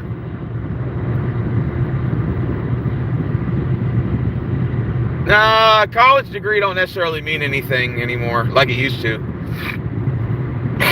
Here goes. Sam Houston. Ain't he a beauty?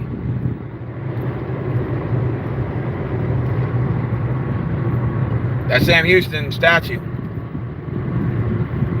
I need to figure out a way. You're going to have to probably park on the side of the road over there and go walk over to that statue. I'll probably do that on the way back. That's probably what I'm going to do. But yeah, I know, how are those trees treating your phone? Not good. Yeah, I got my Texas Longhorns thing up here. Texas Longhorns keychain. I think we play Iowa State, don't we, Towno boy? I'm not sure if you're a Longhorns fan, but that's who we play. I think we play Iowa State this week. Don't we, Donovan? I know my Texans got a bye, but my Longhorns play Iowa State. The Cyclones. Yeah, Rick, you just missed it, bro. Rewind this video back when I end it later. like I said, once this reception cuts out, guys, and the stream ends, then you know I'll holler at y'all later on this shit. But you know, I get dead zones in here all the time, man. It's usually coming up. Maybe not now. Evacuation contraflow. I wonder what that means. I'm an Aggies fan and a Cowboys fan. Oh, that's what's up. Your Aggies should have beaten the Alabama Crimson Tide, man. I was real pissed off that last play, man. Alabama always finds a way to win games. They always do. Hey, I just passed the Huntsville State Park. Rick, you missed it, bro. When the stream ends, I want you to check it out.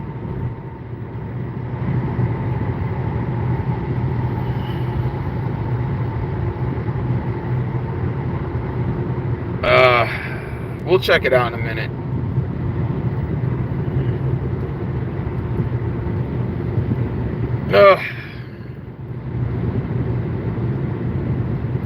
Oh, you can't wait for the Thanksgiving game against LSU? That's cool.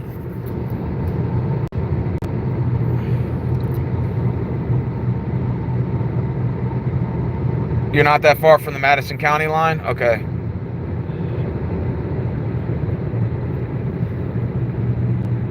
Yeah, you know where Motley Road is and 635 and 30 is where the Red Roof Inn is at? That's where I'm going to be at. That's where I'm going to be at.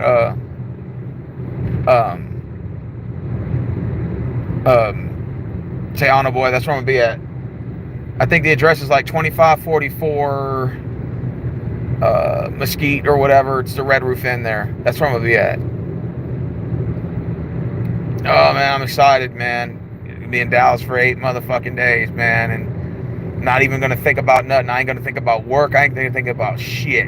The only thing I'm gonna be thinking about is just having fun and just not even thinking. And I get paid for this whole week too because I put in for my PPTO, so it's like I'm working, but I'm not at work. Yep, and I got another one of my employees that's about to quit. Like I said, he's getting a job at working on the boat in the ship channel. And he's been making $1,000 a week. And he told me, you know, Steve, I like working for you. You're a great manager, but this job is bullshit. I said, I know. He said, I'm tired of it. I said, I understand. I said, hey, man, I never doubt a man who's trying to better himself.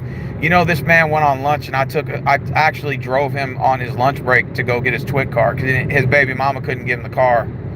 And he said, I just want to get my TWIC information. If I get my TWIC done, it'll take 15 minutes. I can get my TWIC card, and then I can apply. Apply for this job. I just have to take a picture showing them the receipt, and I can start TWIC information. And he already sent the lady. He said, and Marvin said, "Man, that was a nice thing for you to do." I said, "Well, yeah. I mean, I never try to doubt a man who wants to better himself.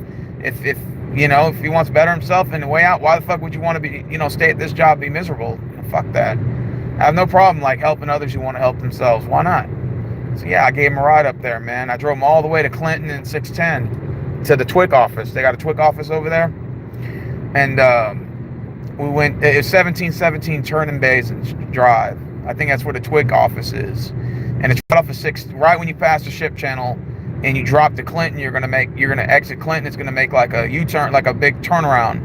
And then, you're gonna make a ride at the light, and then you're gonna make another ride at the next light, and then it's gonna take you to some back road where you take another right, and then the business is literally right there, like a big building. It says TWIC. And then Quest is also there too. A company called Quest is also right there as well. But yeah, you get your TWIC card, man. You can apply anywhere on the ship channel. You can apply anywhere at these jobs. He was telling me he's from Louisiana, so you don't need a TWIC there. I'm like, oh, well, you need a TWIC here. If you want to work out there, you're going to need a TWIC. So I took him, anything to better. I never doubt a man who wants to better himself. You got to worry about that gas price, though. Oh, yeah.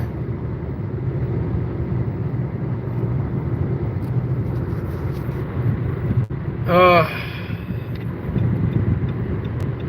right, let me see where I'm at. Texas 75.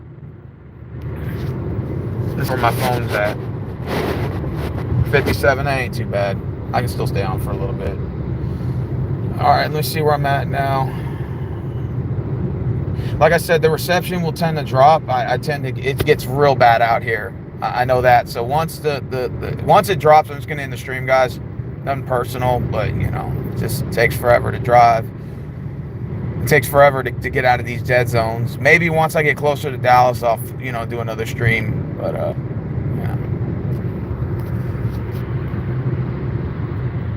Of course. Shit. I hate these dead zones out here. You don't get dead zones on your cricket phone, Tano? Or no? I get dead zones in mine. Dead zones suck, It'll be like pockets of resistance where your phone has no reception. I mean, no internet, no nothing. And you're just like, fuck, man, you can't get on the phone, you can't do nothing, you can't even listen to music. You're like, man, fuck this shit. I don't get dead zones unless I'm in Mexico. Oh. Try it when you get to Ennis or Ferris. Okay. Yeah. Oh, man, I'm just glad to be off for 8 days. And actually, technically, I've been off since Wednesday. So Wednesday, Thursday, Friday.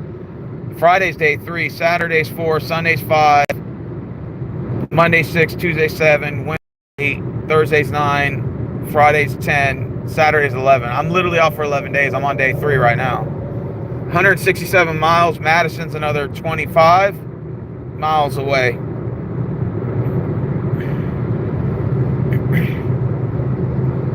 Madison's coming up. I got a diploma. I mean, you at least want to get a minimum of a diploma. Well, if you want it depends on the type of job you go for. If you need a job at Walmart, they don't care about that shit. But if you want a job at certain places that require at least a minimum diploma, then yeah, you got to have a diploma. I would at least get a diploma, your high school diploma or GED. What GED stands for, Rick, it's called Good Enough Diploma. Good enough. Now you can just take a test and get your diploma or something like that, I was told.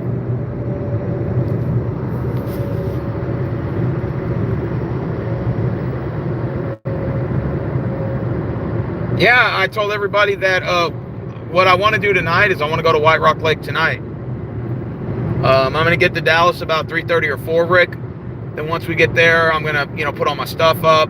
I got a really good deal on hotel rates, guys. I went to Expedia. I was telling Travis about this yesterday. My auntie was able to get me a room for 8 nights for $550, which was like $63 a night, $62. It's not bad because most of the time you get a room, you get a room for just one day, it could be $80, $90. I remember when I went to see Travis in July, I was paying damn near $80, $90 at the Scottish Inn and Suites. And even with the weekly rate, they still wanted to charge $93 a night and gave no fucks. They were like, $93, we're not budging.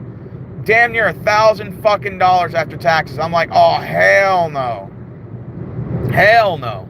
So we went on Expedia and looked at rates, and once we saw that rate, that 8-night rate, I said you couldn't beat that. So when we called the hotel on a town in Red Roof Inn, when we called the lady, her name was Quenisha or something. She was real nice, by the way. I was telling her that what is y'all's weekly rate? She said it's $537 for a whole week, but it's only 7 days. She said Expedia is offering 8 days. Valjean would take that. And she said if you go through Expedia.com, then we have to honor that price. I'm like, really? She's like, yeah. We have no other choice but to honor it. So you basically getting a whole day for free, or you're basically getting another day for free. So don't you want the 8 days? I'm like, hell yeah. Be there until Saturday for 8 days. And depending if we do anything Saturday, I may stay till Sunday. Fuck it, and just come back Sunday afternoon.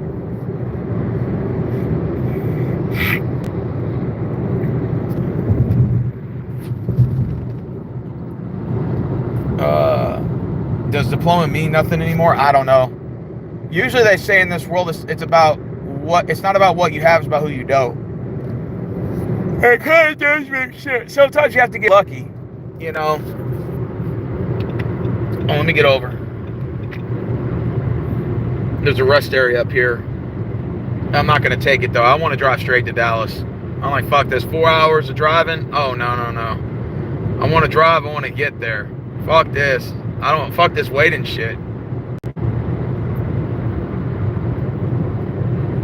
a lot of trucks coming in over here. 1 second, guys. Now we're on the we're outside of, I think we're outside of you can't even make a life decision when you drive anymore. You have to plan a day ahead. Yeah, I agree. What are you guys going to dress up for as Halloween? Are you guys going to do anything for Halloween? Because I don't know yet. I mean, I'm going to have like I want to live stream a Halloween party in my room. And when I get back from Dallas, I plan on buying a couple things and decorating my room up. So like more stuff to add. I want to add a fog machine where it spits fog out. Madisonville, 20 miles. Dallas, 162, according to the sign that was just right there. Yeah, Dallas 162 miles away, Rick, but that's just to get the Dallas County line. That's just to get to the Dallas County line past Corsicana. But to actually get downtown and all that, it's probably gonna be a little bit more ways. Because I'm not taking 45 to 20 and then 20 to Seganville and then Seganville to Masters to Elam. I'm not doing all that. I got to take it straight to, I think, 30. If I'm correct, and then make a ride on 30 and then take 30 to 635. It's right there on Motley Drive. If I'm correct.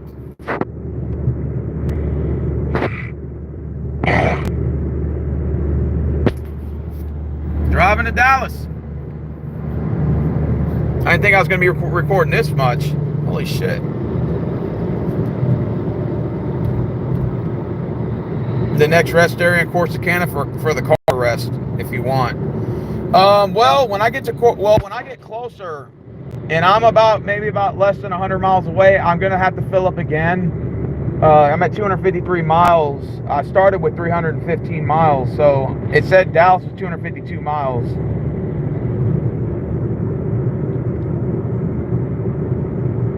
Well, the flea market has video games, but you got to go to Game Over Video Games. That's where you'll find a lot of your video games are at, like old school video games. Nintendo, Super Nintendo, Sega, Genesis, Saturn, Jaguar, Atari, all the Ataris there. They even got Japanese made games too. They got all types of video games there. PlayStation 2, PlayStation 3, PlayStation 4, Xbox Series, GameCube, Game Boy Advance, Game Boy. They got the whole nine. Let's see where I'm at now. Walmart. There. But it's a shithole. Beautiful cut. See, now guys, we're going to reach the end of no return where my stream may cut off because of bad cell phone reception. I don't know why, but it always does it around this area. Don't know why. So if it cuts in and out, I apologize. And if it doesn't come back, I'll just end it and I'll probably start it again. Tejano Boy said what? When did you say, Tejano Boy? The reception should get better when I get to Ennis? Maybe. I don't know why it does that. When I get to certain parts of these areas, the cell phone towers don't pick up shit out here. You're out in the middle of fucking nowhere in these areas. So, beautiful countryside though, by the way. Beautiful countryside out here. Yeah, the PS5 around Ennis or Ferris, the Ennis County line, the Ennis County line. Yeah. Yeah.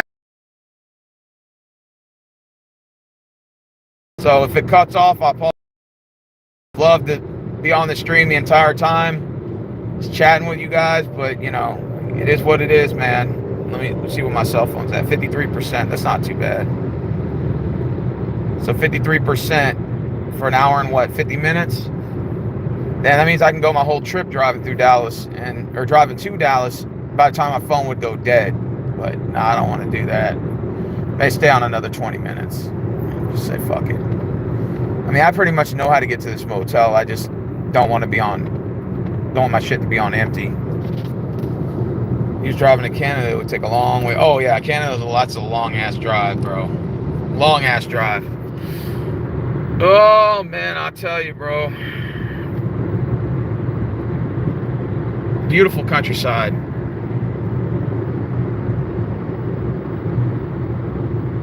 And it's pretty cool I got to talk to you guys, because that way, you know, at least, you know, I have some company, you know, and it makes the drive a lot much better. Because I don't listen to music in my car. I know a lot of people think I'm weird, but I don't really turn on the radio at all. Like what you're hearing right now, just I don't listen to music in the car. It's just not me. But if you want to listen to music and you're in my car, it's cool. I just don't. It's not my personal preference. Azn rental trailer. AZNG. I don't know what that stands for, but it's a rental trailer. That's the one that's right in front of me.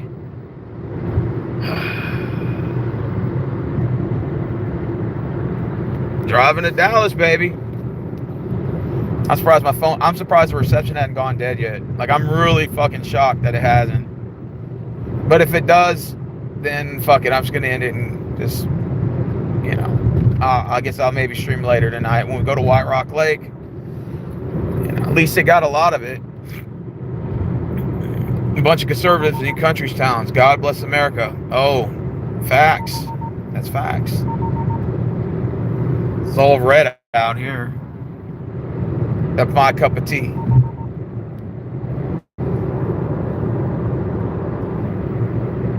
Yeah, this is a 2021 Nissan Rogue. So I only got 13,000 miles on it. It's not bad. You know, see what little small town is coming up. I'm excited, man. I'm really excited to be out here. You know, I'm gonna take some energy drink real quick.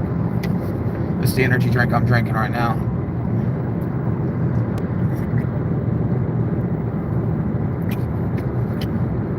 All right.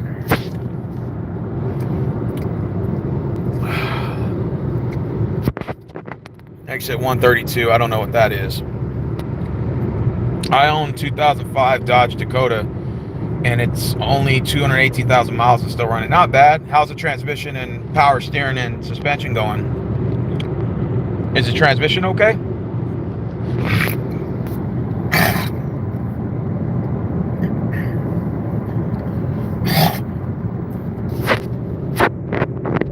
Chicago's a far drive, bro. It's probably maybe 14, 15 hour drive. I mean, it could be wrong. It could be more than that. Oxygen sensor problem. Oh. Having lunch. Yeah, I had lunch earlier. I had like 4 wieners and some chili on that bad boy with ketchup, mustard, some onions, and pickles. I ate at the little like 7-Eleven here. Not 7-Eleven, it's what's that one place where they serve the pizza and wings? Okay, Madisonville's 11 miles. Dallas is 153. That's the update.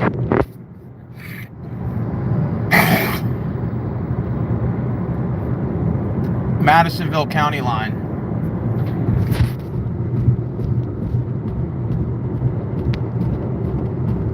Not really. Like I said, I started driving at 315 miles. It's at 250, so I've only put about 75 miles in. But now I'll stop by the restroom once I get under 100 miles. So once I put another 150 miles on this car, then I'll stop and use the bathroom and then fill up again. Fill her up. Because by the time I get to Dallas, I'll be down to like probably about 75 miles. You know? So I want to make sure I fill up a little bit before that. Maybe when I get to Corsicana, I'll go and fill up again. Corsicana's a nice area too.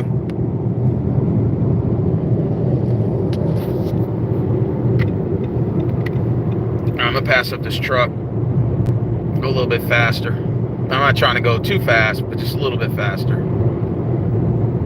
Beautiful property out there. Look at all that. That little grassland out there, man.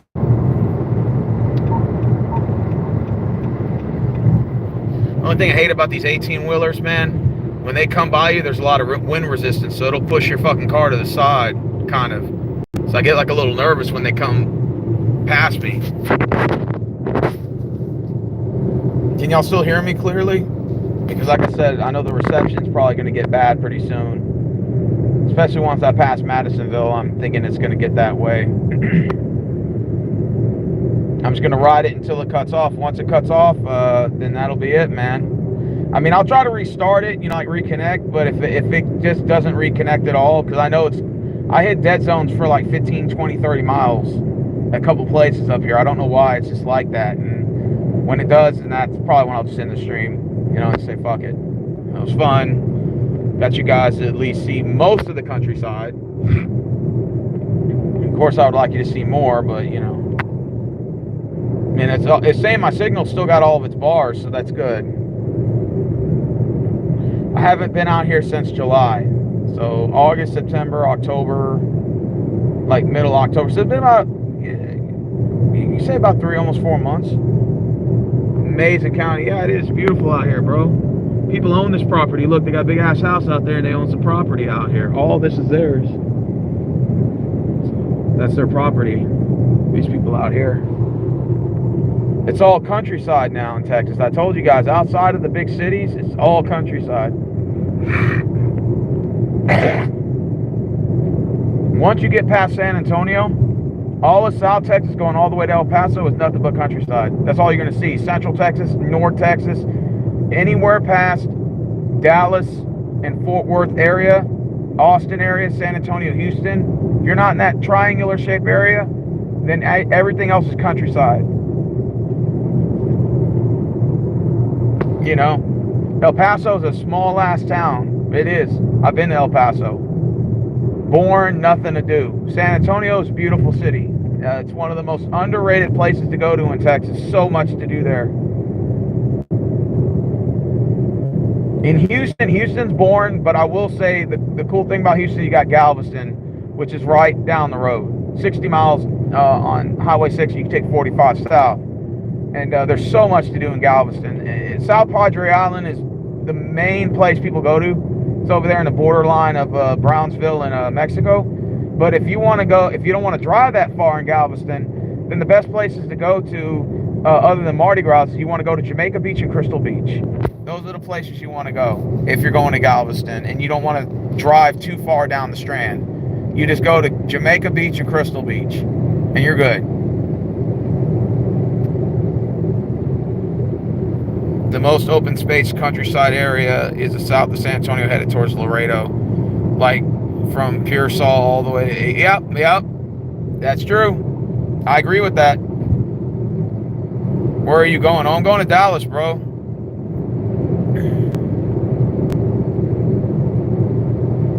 Dallas, Texas. I started my drive almost 2 hours ago, give or take.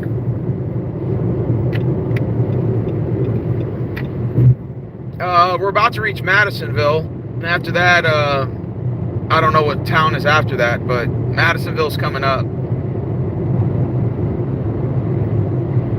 Making my way down here. Let's go, baby. Let's go. And you got to watch out for state troopers out here, man. These guys are real big at giving out tickets. They don't give warnings out either. These motherfuckers write tickets. They don't play. Like these state troopers, they'll be posted up out here hiding behind bushes and trees, and they'll pop right out. They'll write you a ticket. They don't even hesitate on that shit. And especially these small towns out here, all their revenue is strictly generated through writing out tickets. So that's why you always want to make sure that you're watching the roads for like unmarked cars or state troopers, man. And state troopers never issue out warnings. They always give out fucking citations. Always. That's why I'm always looking for them. A lot of times they'll pop up in their cruisers, but sometimes they'll pop up in those SUVs too, and you can't notice them. They don't have the headlights up there. They'll turn their lights on inside. You're like, fuck. Towards Brian Crockett right now. See, it's not now. The internet's doing it again. Told you guys it's going to happen again, and this time when it cuts off, it's probably going to cut off because it's going to be a dead zone coming up. I know it. I feel it in my bones, man. I'm just glad I got this far. Maybe I'll make it to the 2-hour mark, and I got 2 minutes left. No, I won't do Border Patrol. That shit's fucking dangerous job.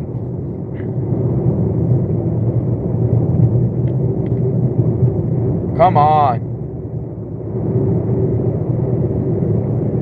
I can't wait till November 5th, man. I'm scheduled for a full body massage. A friend of mine, her name's Patricia. She does like massage therapy. Oh my God, she does an amazing job, especially with the forearm, with the elbow, on the back. Oh, those hard to reach place muscles, man. Your muscles tense up. I usually do an hour to hour and a half a month of massaging, man. Once a month. And it's fucking bad. I always tip her $30.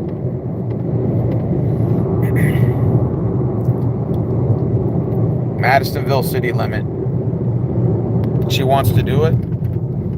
Oh, your friend works for TSA? That's cool. Ain't nothing better than a back massage, man. You tell them to put that forearm and them elbows right in your back. It reaches all those hard to reach muscles, man, that are all tensed up in your back. Oh man, I'm telling you, you will feel like a new person, Macho, when you walk out of there. If you have somebody that's massaging you that knows what they're doing, oh man, I'm telling you, every penny well spent. Oh yes, oh yes. Especially when your back tenses up, man, you get a lot of back pain, lower back pain and shit from work, stress, all that bullshit. They'll take all that shit out. Drug cartels at war? Probably. I just can't wait to get to Dallas, man. Man, 48% already. Holy shit. Get an Asian masseuse. That's what Lonely Guy told me. Really? Okay. Yeah, I have this white girl named Patricia that massages me, and she's pretty damn good, man. She's really good at what she does. I think she's like 28, 27 years old. She's all right, kind of thick, in all the right places. I mean, she's attractive, you know? And she's real nice. Like, we have conversations for the whole time I'm in there. Like, I told her if I talk too much, just let me know. She's like, no, it's cool, because I have other clientele that don't say nothing at all. And I'm like, nah, man, I like to talk. So I like to have conversations with people. You know, that's just me personally. So me and her, we talk the whole time about sports, about everything. She's also a Texas Aggies fan. So I talk about my Longhorns. She talks about her Aggies. Like I was telling her last time, I said, I hope your Aggies beat the shit out of Bama. You know, we were just talking sports because she's into sports.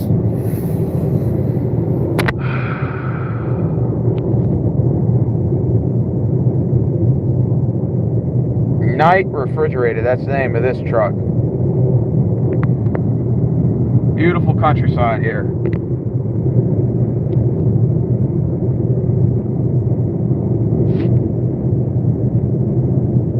A woman aging. Oh shit, that tire leg was shredding over there. Those 18-wheelers, those tires always fucking shred, bro.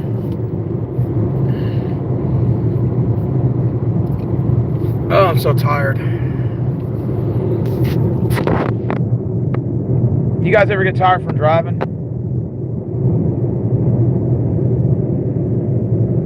Let me get over on the left lane, give me a minute.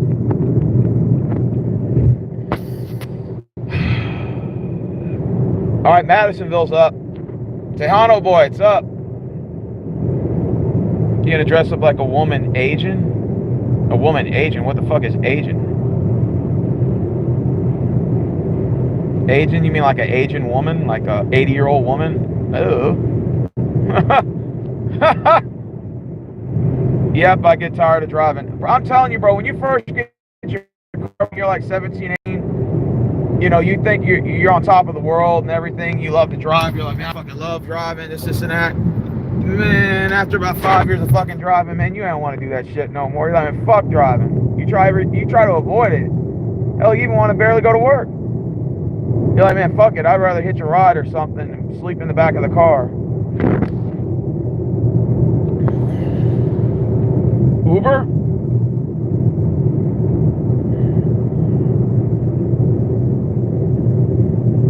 Uber.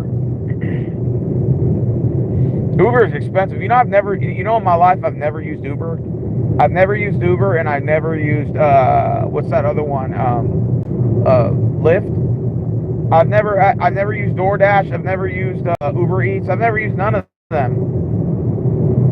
I guess I have my own car, but I've never used it. I've never worked for them. I've never used their services. Centerville, 18 miles.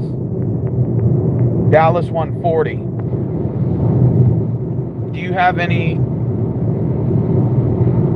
haunted houses you plan to visit, Steve? Yeah, we're gonna go visit the Baker Hotel. It's supposed to be the most haunted hotel in Texas. Like I was saying, the Three Stooges, Judy Garland, aka Dorothy from The Wizard of Oz, and Bonnie and Clyde stayed at this hotel. There's a lot of history behind this haunted hotel, and it's in Weatherford, Texas. We're gonna go there. It's like an hour past Fort Worth.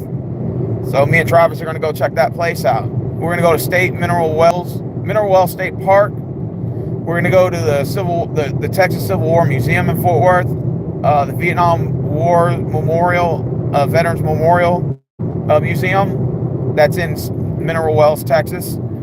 And yeah, man, I got a bunch of to-do stuff on there that I want to do. The state park, state fair. Me and Travis want to do that. Your aunt's from Fort Worth? That's pretty cool. They should ban that app before you eat your food. Grubhub. Is it expensive to do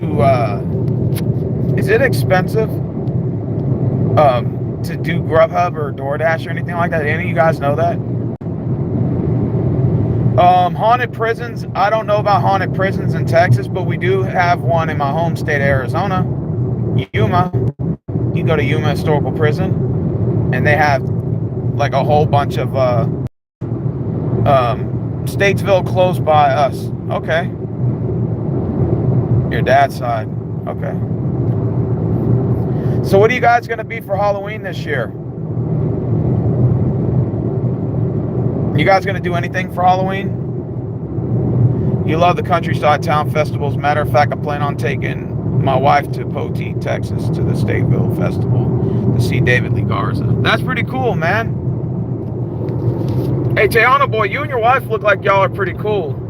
You know? I got this cop friend of mine. Well, he's a cop. He works for, he's like, I think he's a police officer for like Rosenberg Police. And him and his wife also watch my videos, but he never comments because of the whole like political correctness shit going around. And he doesn't want to lose his job. So he basically told me, like, I have to watch what I say, but I agree with a lot of your content. And he's like, but me and my wife watch your channel all the time. Like, we just don't comment. I'm like, that's cool. I don't have an issue with that. And, like, the reason why I knew that is because they added me on Facebook, and I Facebook chat with them on the side. And they're like, and they basically said, like, we agree with a lot of the stuff you say. We like your channel. We find you entertaining. We just can't comment because of my job profession. And I said, hey, there's nothing wrong with that, bro. I mean, I understand you don't want to get canceled out or fired for maybe something you type or say, so you have to kind of like watch what you say. I understand. I'm not going to hold it against you. Grocery Supply Company. That's the truck I'm behind now, Rick.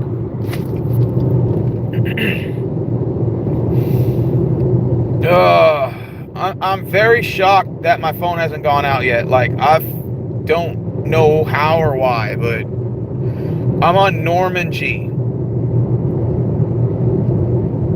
45 North in Norman G.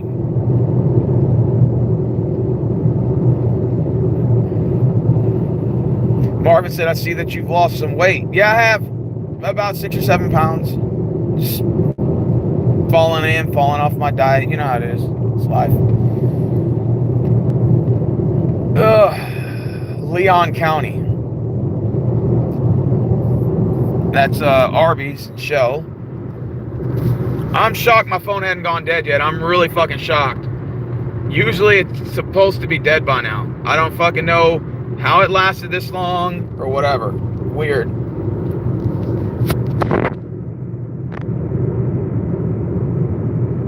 I have no clue.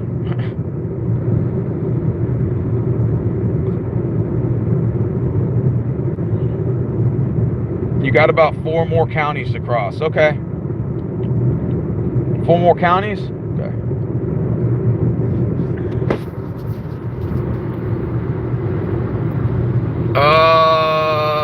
Tejano boy probably knows where I'm at more than where I'm at. He said I got 4 more counties to cross before I get into Dallas.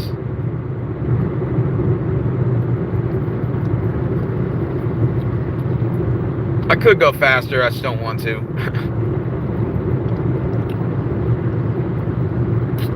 Let's go.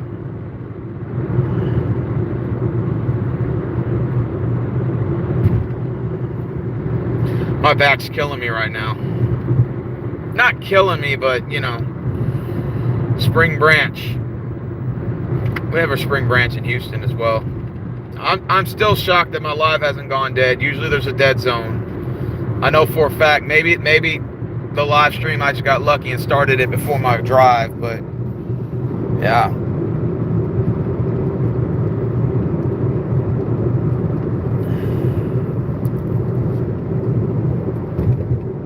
Picnic area, 1 mile. Okay. I'm shocked that I'm actually fucking driving to Dallas and live streaming it. The first time I ever done that. Penske truck rental. Household and business rentals. Alright, let me get around this guy.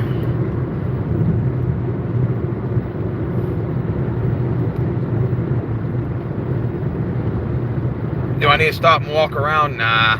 I think I can manage to drive a little bit more.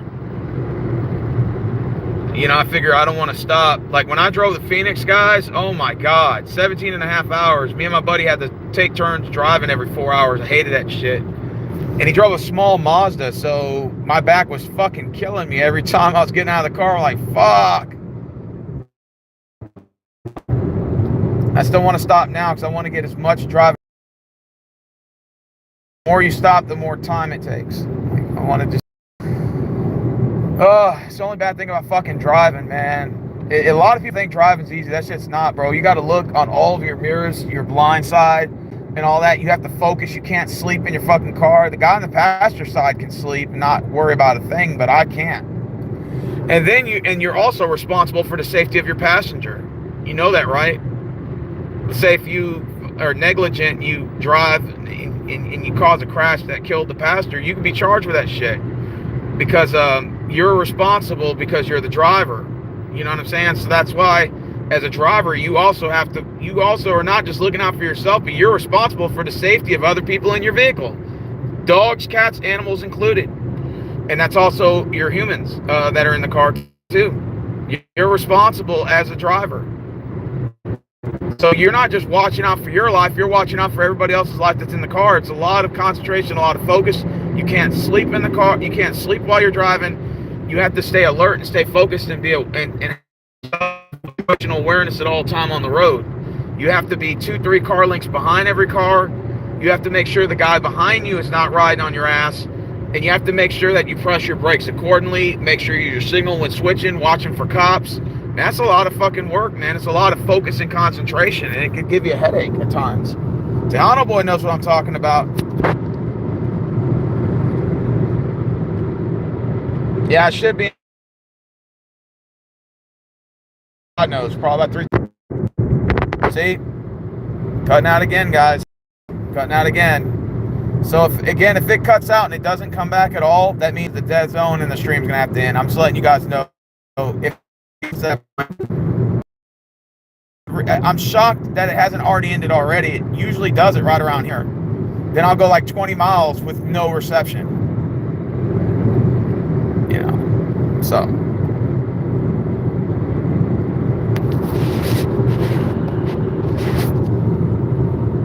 My phone's on 43%, not too bad.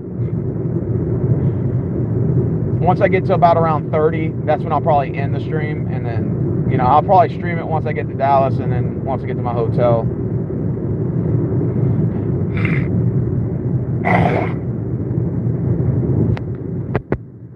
Let's go. Yeah, I'm gonna have a party for Halloween. I'm gonna have a live stream.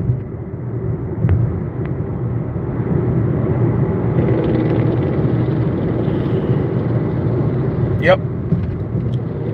I have a fog machine. I'm gonna have all my like Halloween stuff set up. It's gonna be really cute. You guys are gonna like it. Ugh.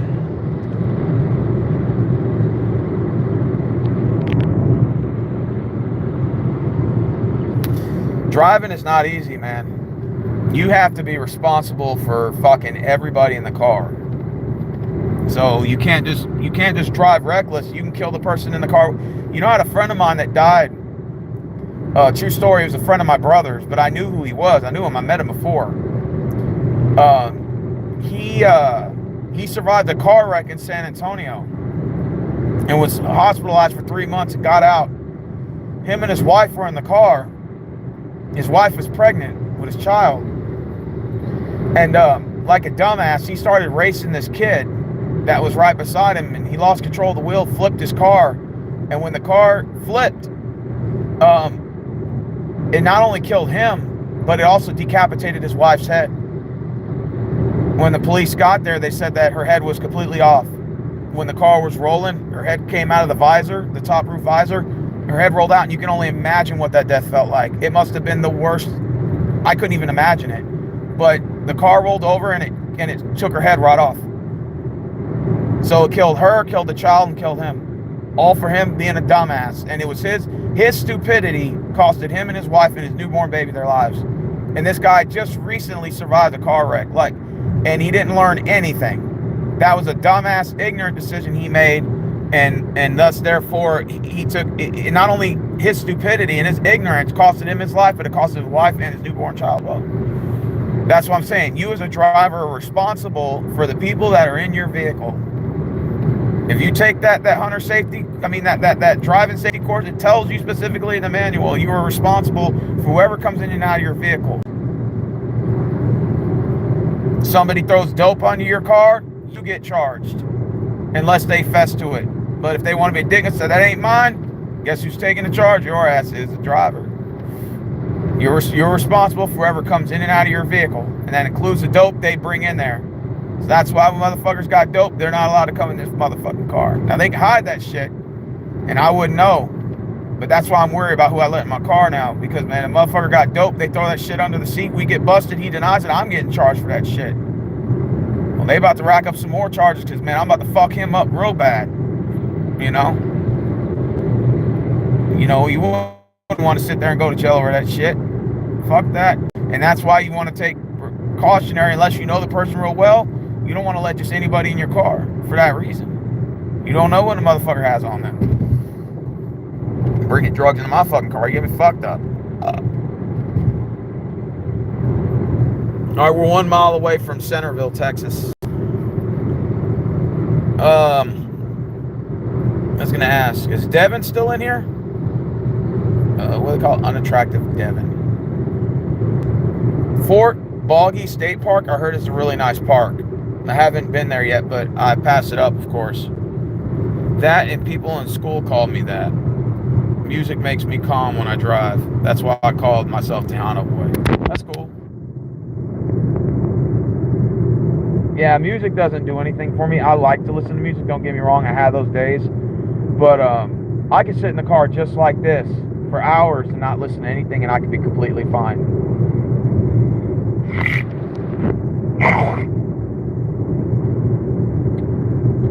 Oh, my face is killing me. Hey, there's a Shell and Exxon up here. So we're in Centerville, Texas, I guess. Oh, man. Yeah, we're at Centerville right now. I don't know where that would be on the map, but that's where we're at. Go ahead and go forward. Let's see. Hold on for a second. Wait. Let's see. Okay, I'm at 41% on my phone. That's not too bad. I still got some power. Like I said, I'm in Centerville right now, Rick. I saw your comment on Facebook, bro. Yeah, I'm in Centerville. So, making my way closer. Closer. Let's see what the next town is. Dallas, 120 miles. Buffalo is 15. That's 15 miles away.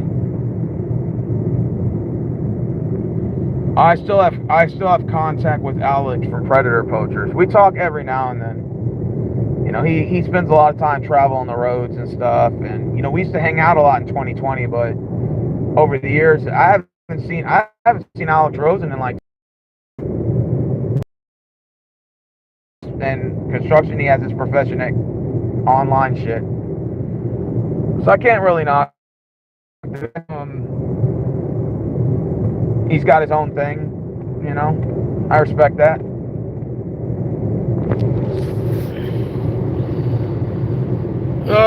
15 miles away from Buffalo, man. Can y'all guys believe that?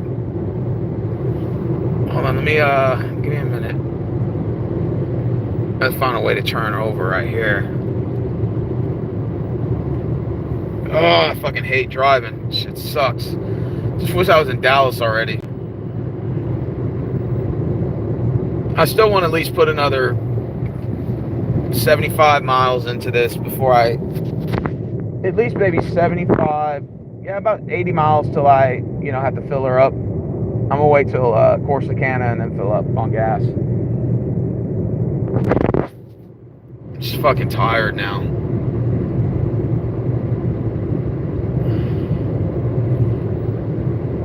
Let's see, if I stop, what that means is I still have to, you know, make up for that driving and that time that I stopped. That's why I want to do most of my driving and get it over with. Get this driving over with, so that way I can just get to where I need to get to and then rest. You know, my check-in time, Rick, is at 3 o'clock. Most hotels let you check in at 3. So most hotels will let you check in about around 3-ish. You know, Buffalo's the next town, and then after that, I don't know what's after Buffalo. Buffalo's still gonna be a little bit of ways.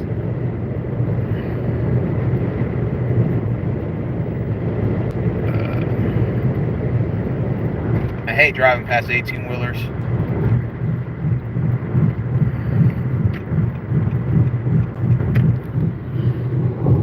All right. Fairfield. Oh, okay, so Fairfield's after this, right? Okay. Yeah, so I'm probably going to stop in Corsicana, and then who knows, maybe I might start up my new live stream when I'm actually in Dallas, driving through Dallas. You know, fuck it. Obviously, there's some sort of work zone up here. Driving through the countryside, headed to Dallas. 4-hour drive. Well, it's supposed to be 4 hours, but actually I might make it in record time, and it's only been 2 hours and 21 minutes, so maybe I'll get there a little bit sooner.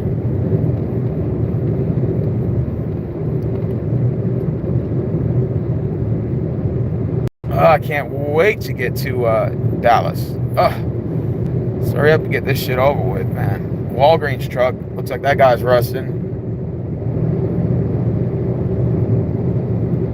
I'm so tired. I mean, not tired from like, you know, needing a nap, but just driving. Just driving can really get to you, man. It really can.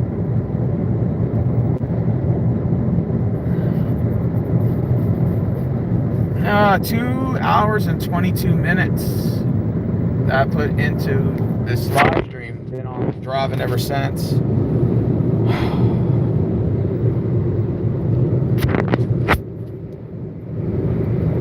Yeah, I don't think I'm that far, Rick, from Dallas. No, I still got a little ways. Still maybe got about 3 counties, give or take.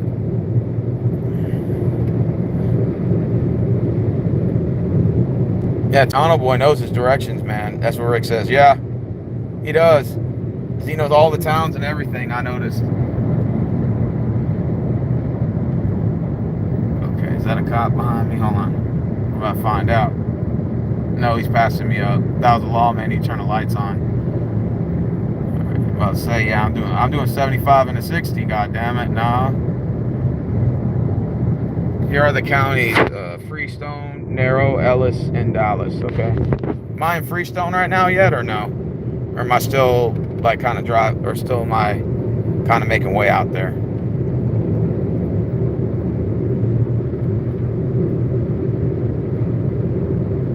2 hours and 24 minutes. Beautiful countryside. There's a Hobby Lobby truck again. I remember getting behind that one earlier.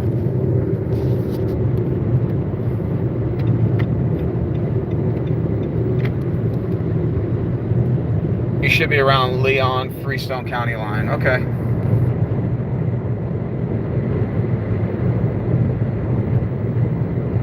I need a car charger is what I need to get. That's what I need to do when I get to Dallas. Get a car charger. A decent one. So that way I can live stream and still have 100% battery. You know?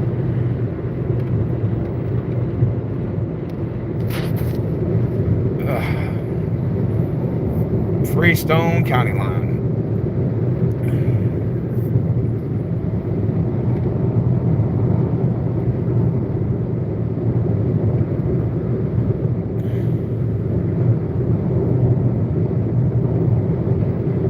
All right.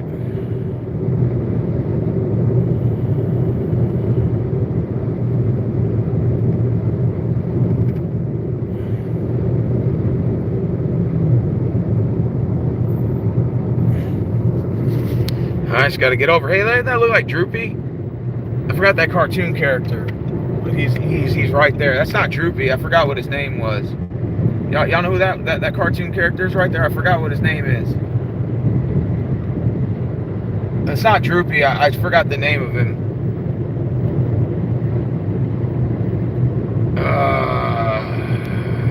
It's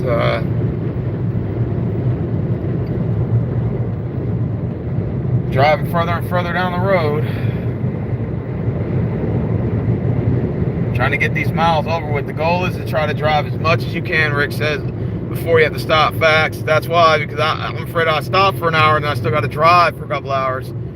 That's why I'm trying my best just to put in as most miles as I can and then stop the rest.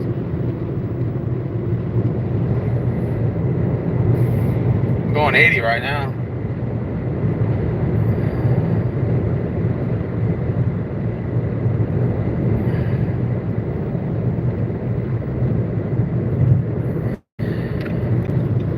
I'm going to go over so that way I can reduce my speed.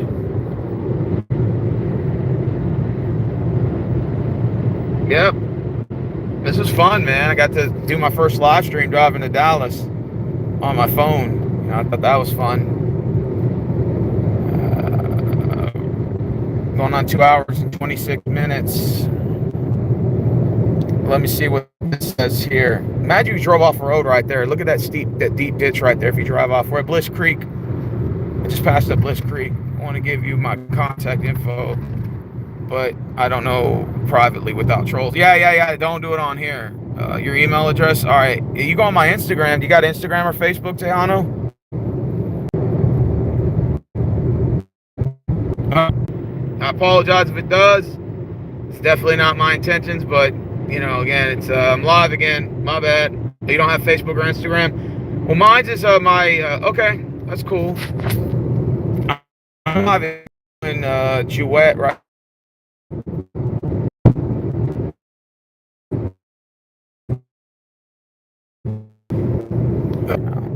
Now I got nobody in the stream. Nobody knows the trouble I've seen.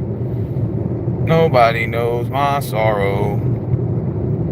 Okay, my email is steverose_22@sbcglobal.net. All lowercase, STEVEROSE_22@sbcglobal.net.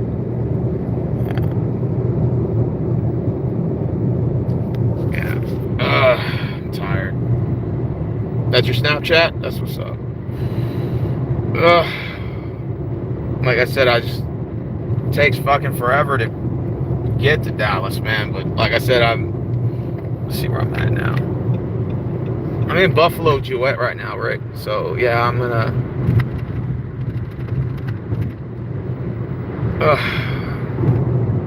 tired.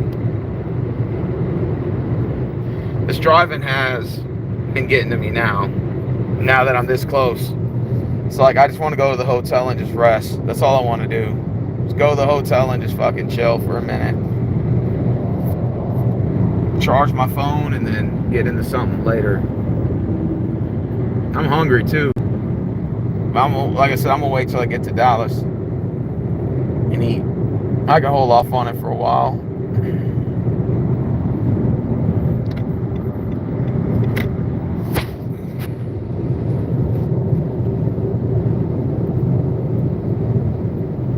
At least one person's watching. The other two left. They probably said, "Oh no, his stream died."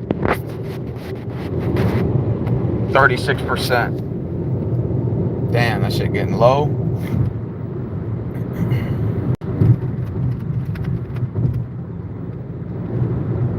So how far am I, Tejano, from Dallas? If I'm on hey Travis, oof, yeah man, like I said, I have dead zones up here, and like it died for a while and came back. What you doing, Travis? Let's see where I'm at now. Let's give an update. Here's a sign up here. Let's see. Buffalo is 18 miles. Fairfield's 18 miles. Dallas is 107. I'm now on Freestone County line. Yeah, I now hit the Freestone County line just now. Just said it. Oh, you're at home? Cool. Yeah, my hotel that I got, Rick, is like 10 miles from Travis's house. I'm off of Motley and Town Crossing at the Red Roof Inn.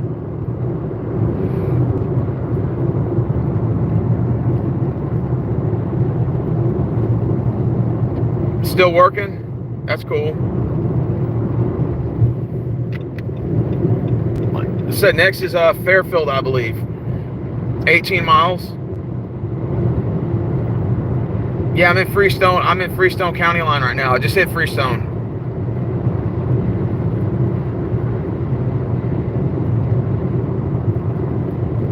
Yep.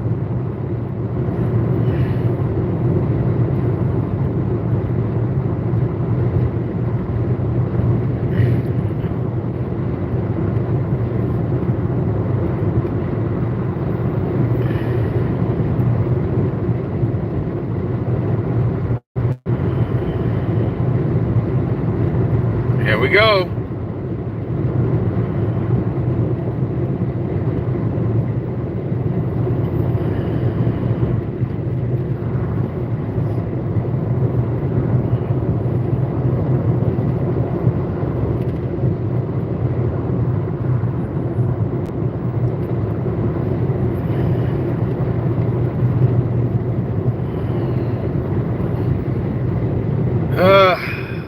You're still at work, Tejano, today? I thought you were off.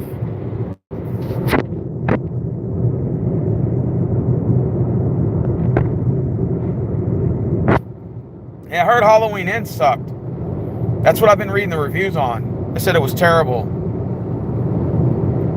I said, damn, that sucks. Sorry to hear about that.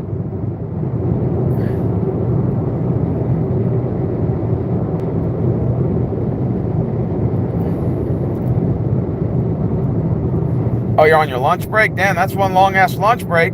Oh, that means when you get back to work, you're going to be missing the rest of this live. It's cool.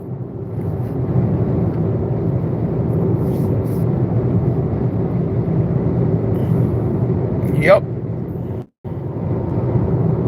And my phone's on 35%. God damn.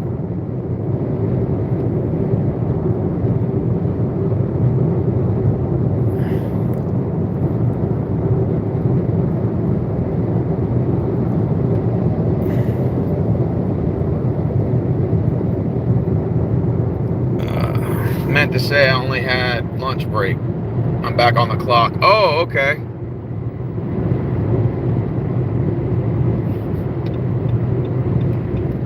Let's keep going straight.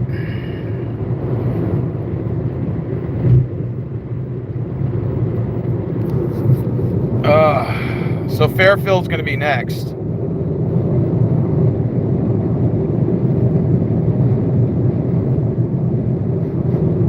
It's going to be the next one. And I wonder what's after Fairfield. Is it Ennis?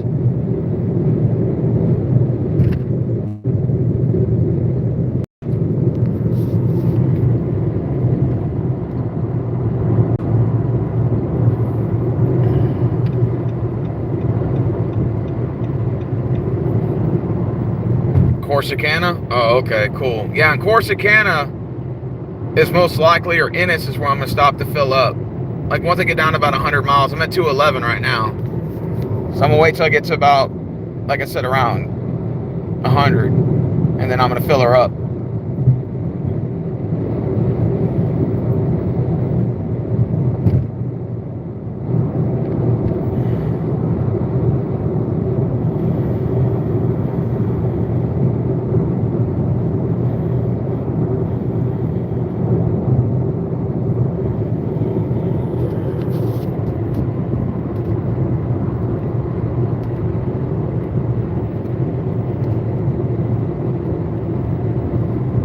Damn, I can't believe I've streamed this whole drive, man.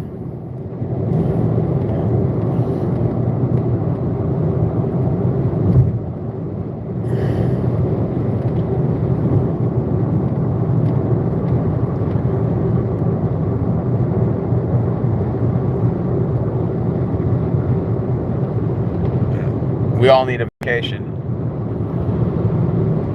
Too bad you guys weren't on vacation. Y'all could all come with me. I could use the company.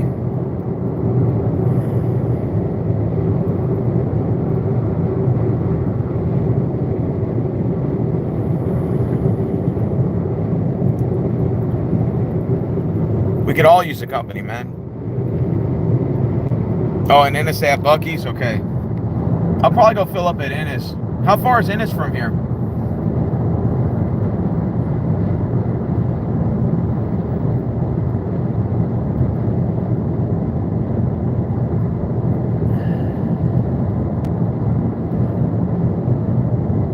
Teague is 1 mile.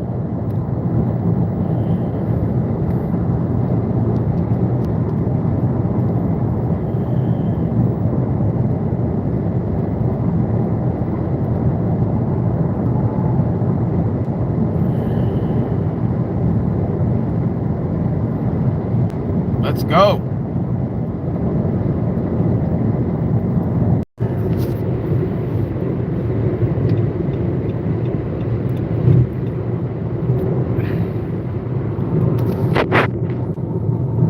I don't really know about how long, maybe 35 minutes. Okay. Now coming up to Teague right now. It's going on 2 hours and fucking almost 38 minutes driving. Wow. I didn't think it was going to take this long.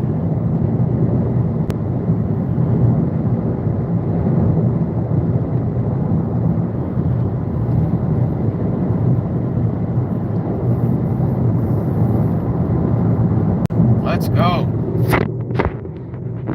Let's go forward. Forward, not backward.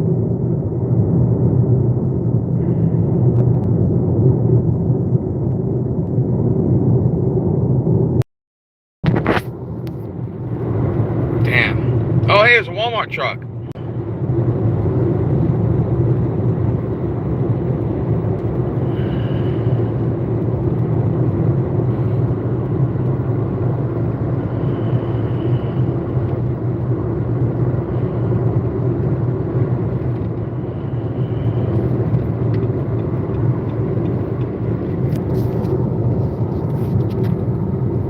All right, here we go. There's Walmart. Distribution trucks, that is.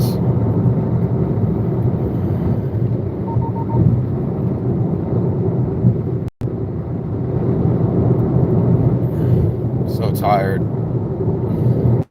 I just want to go straight to my hotel room and go to bed, man. Just take like a good hour power nap.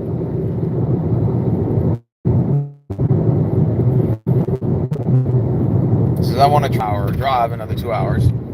I want to get as close to Dallas as I possibly can before I have to stop. Like in Ennis, maybe.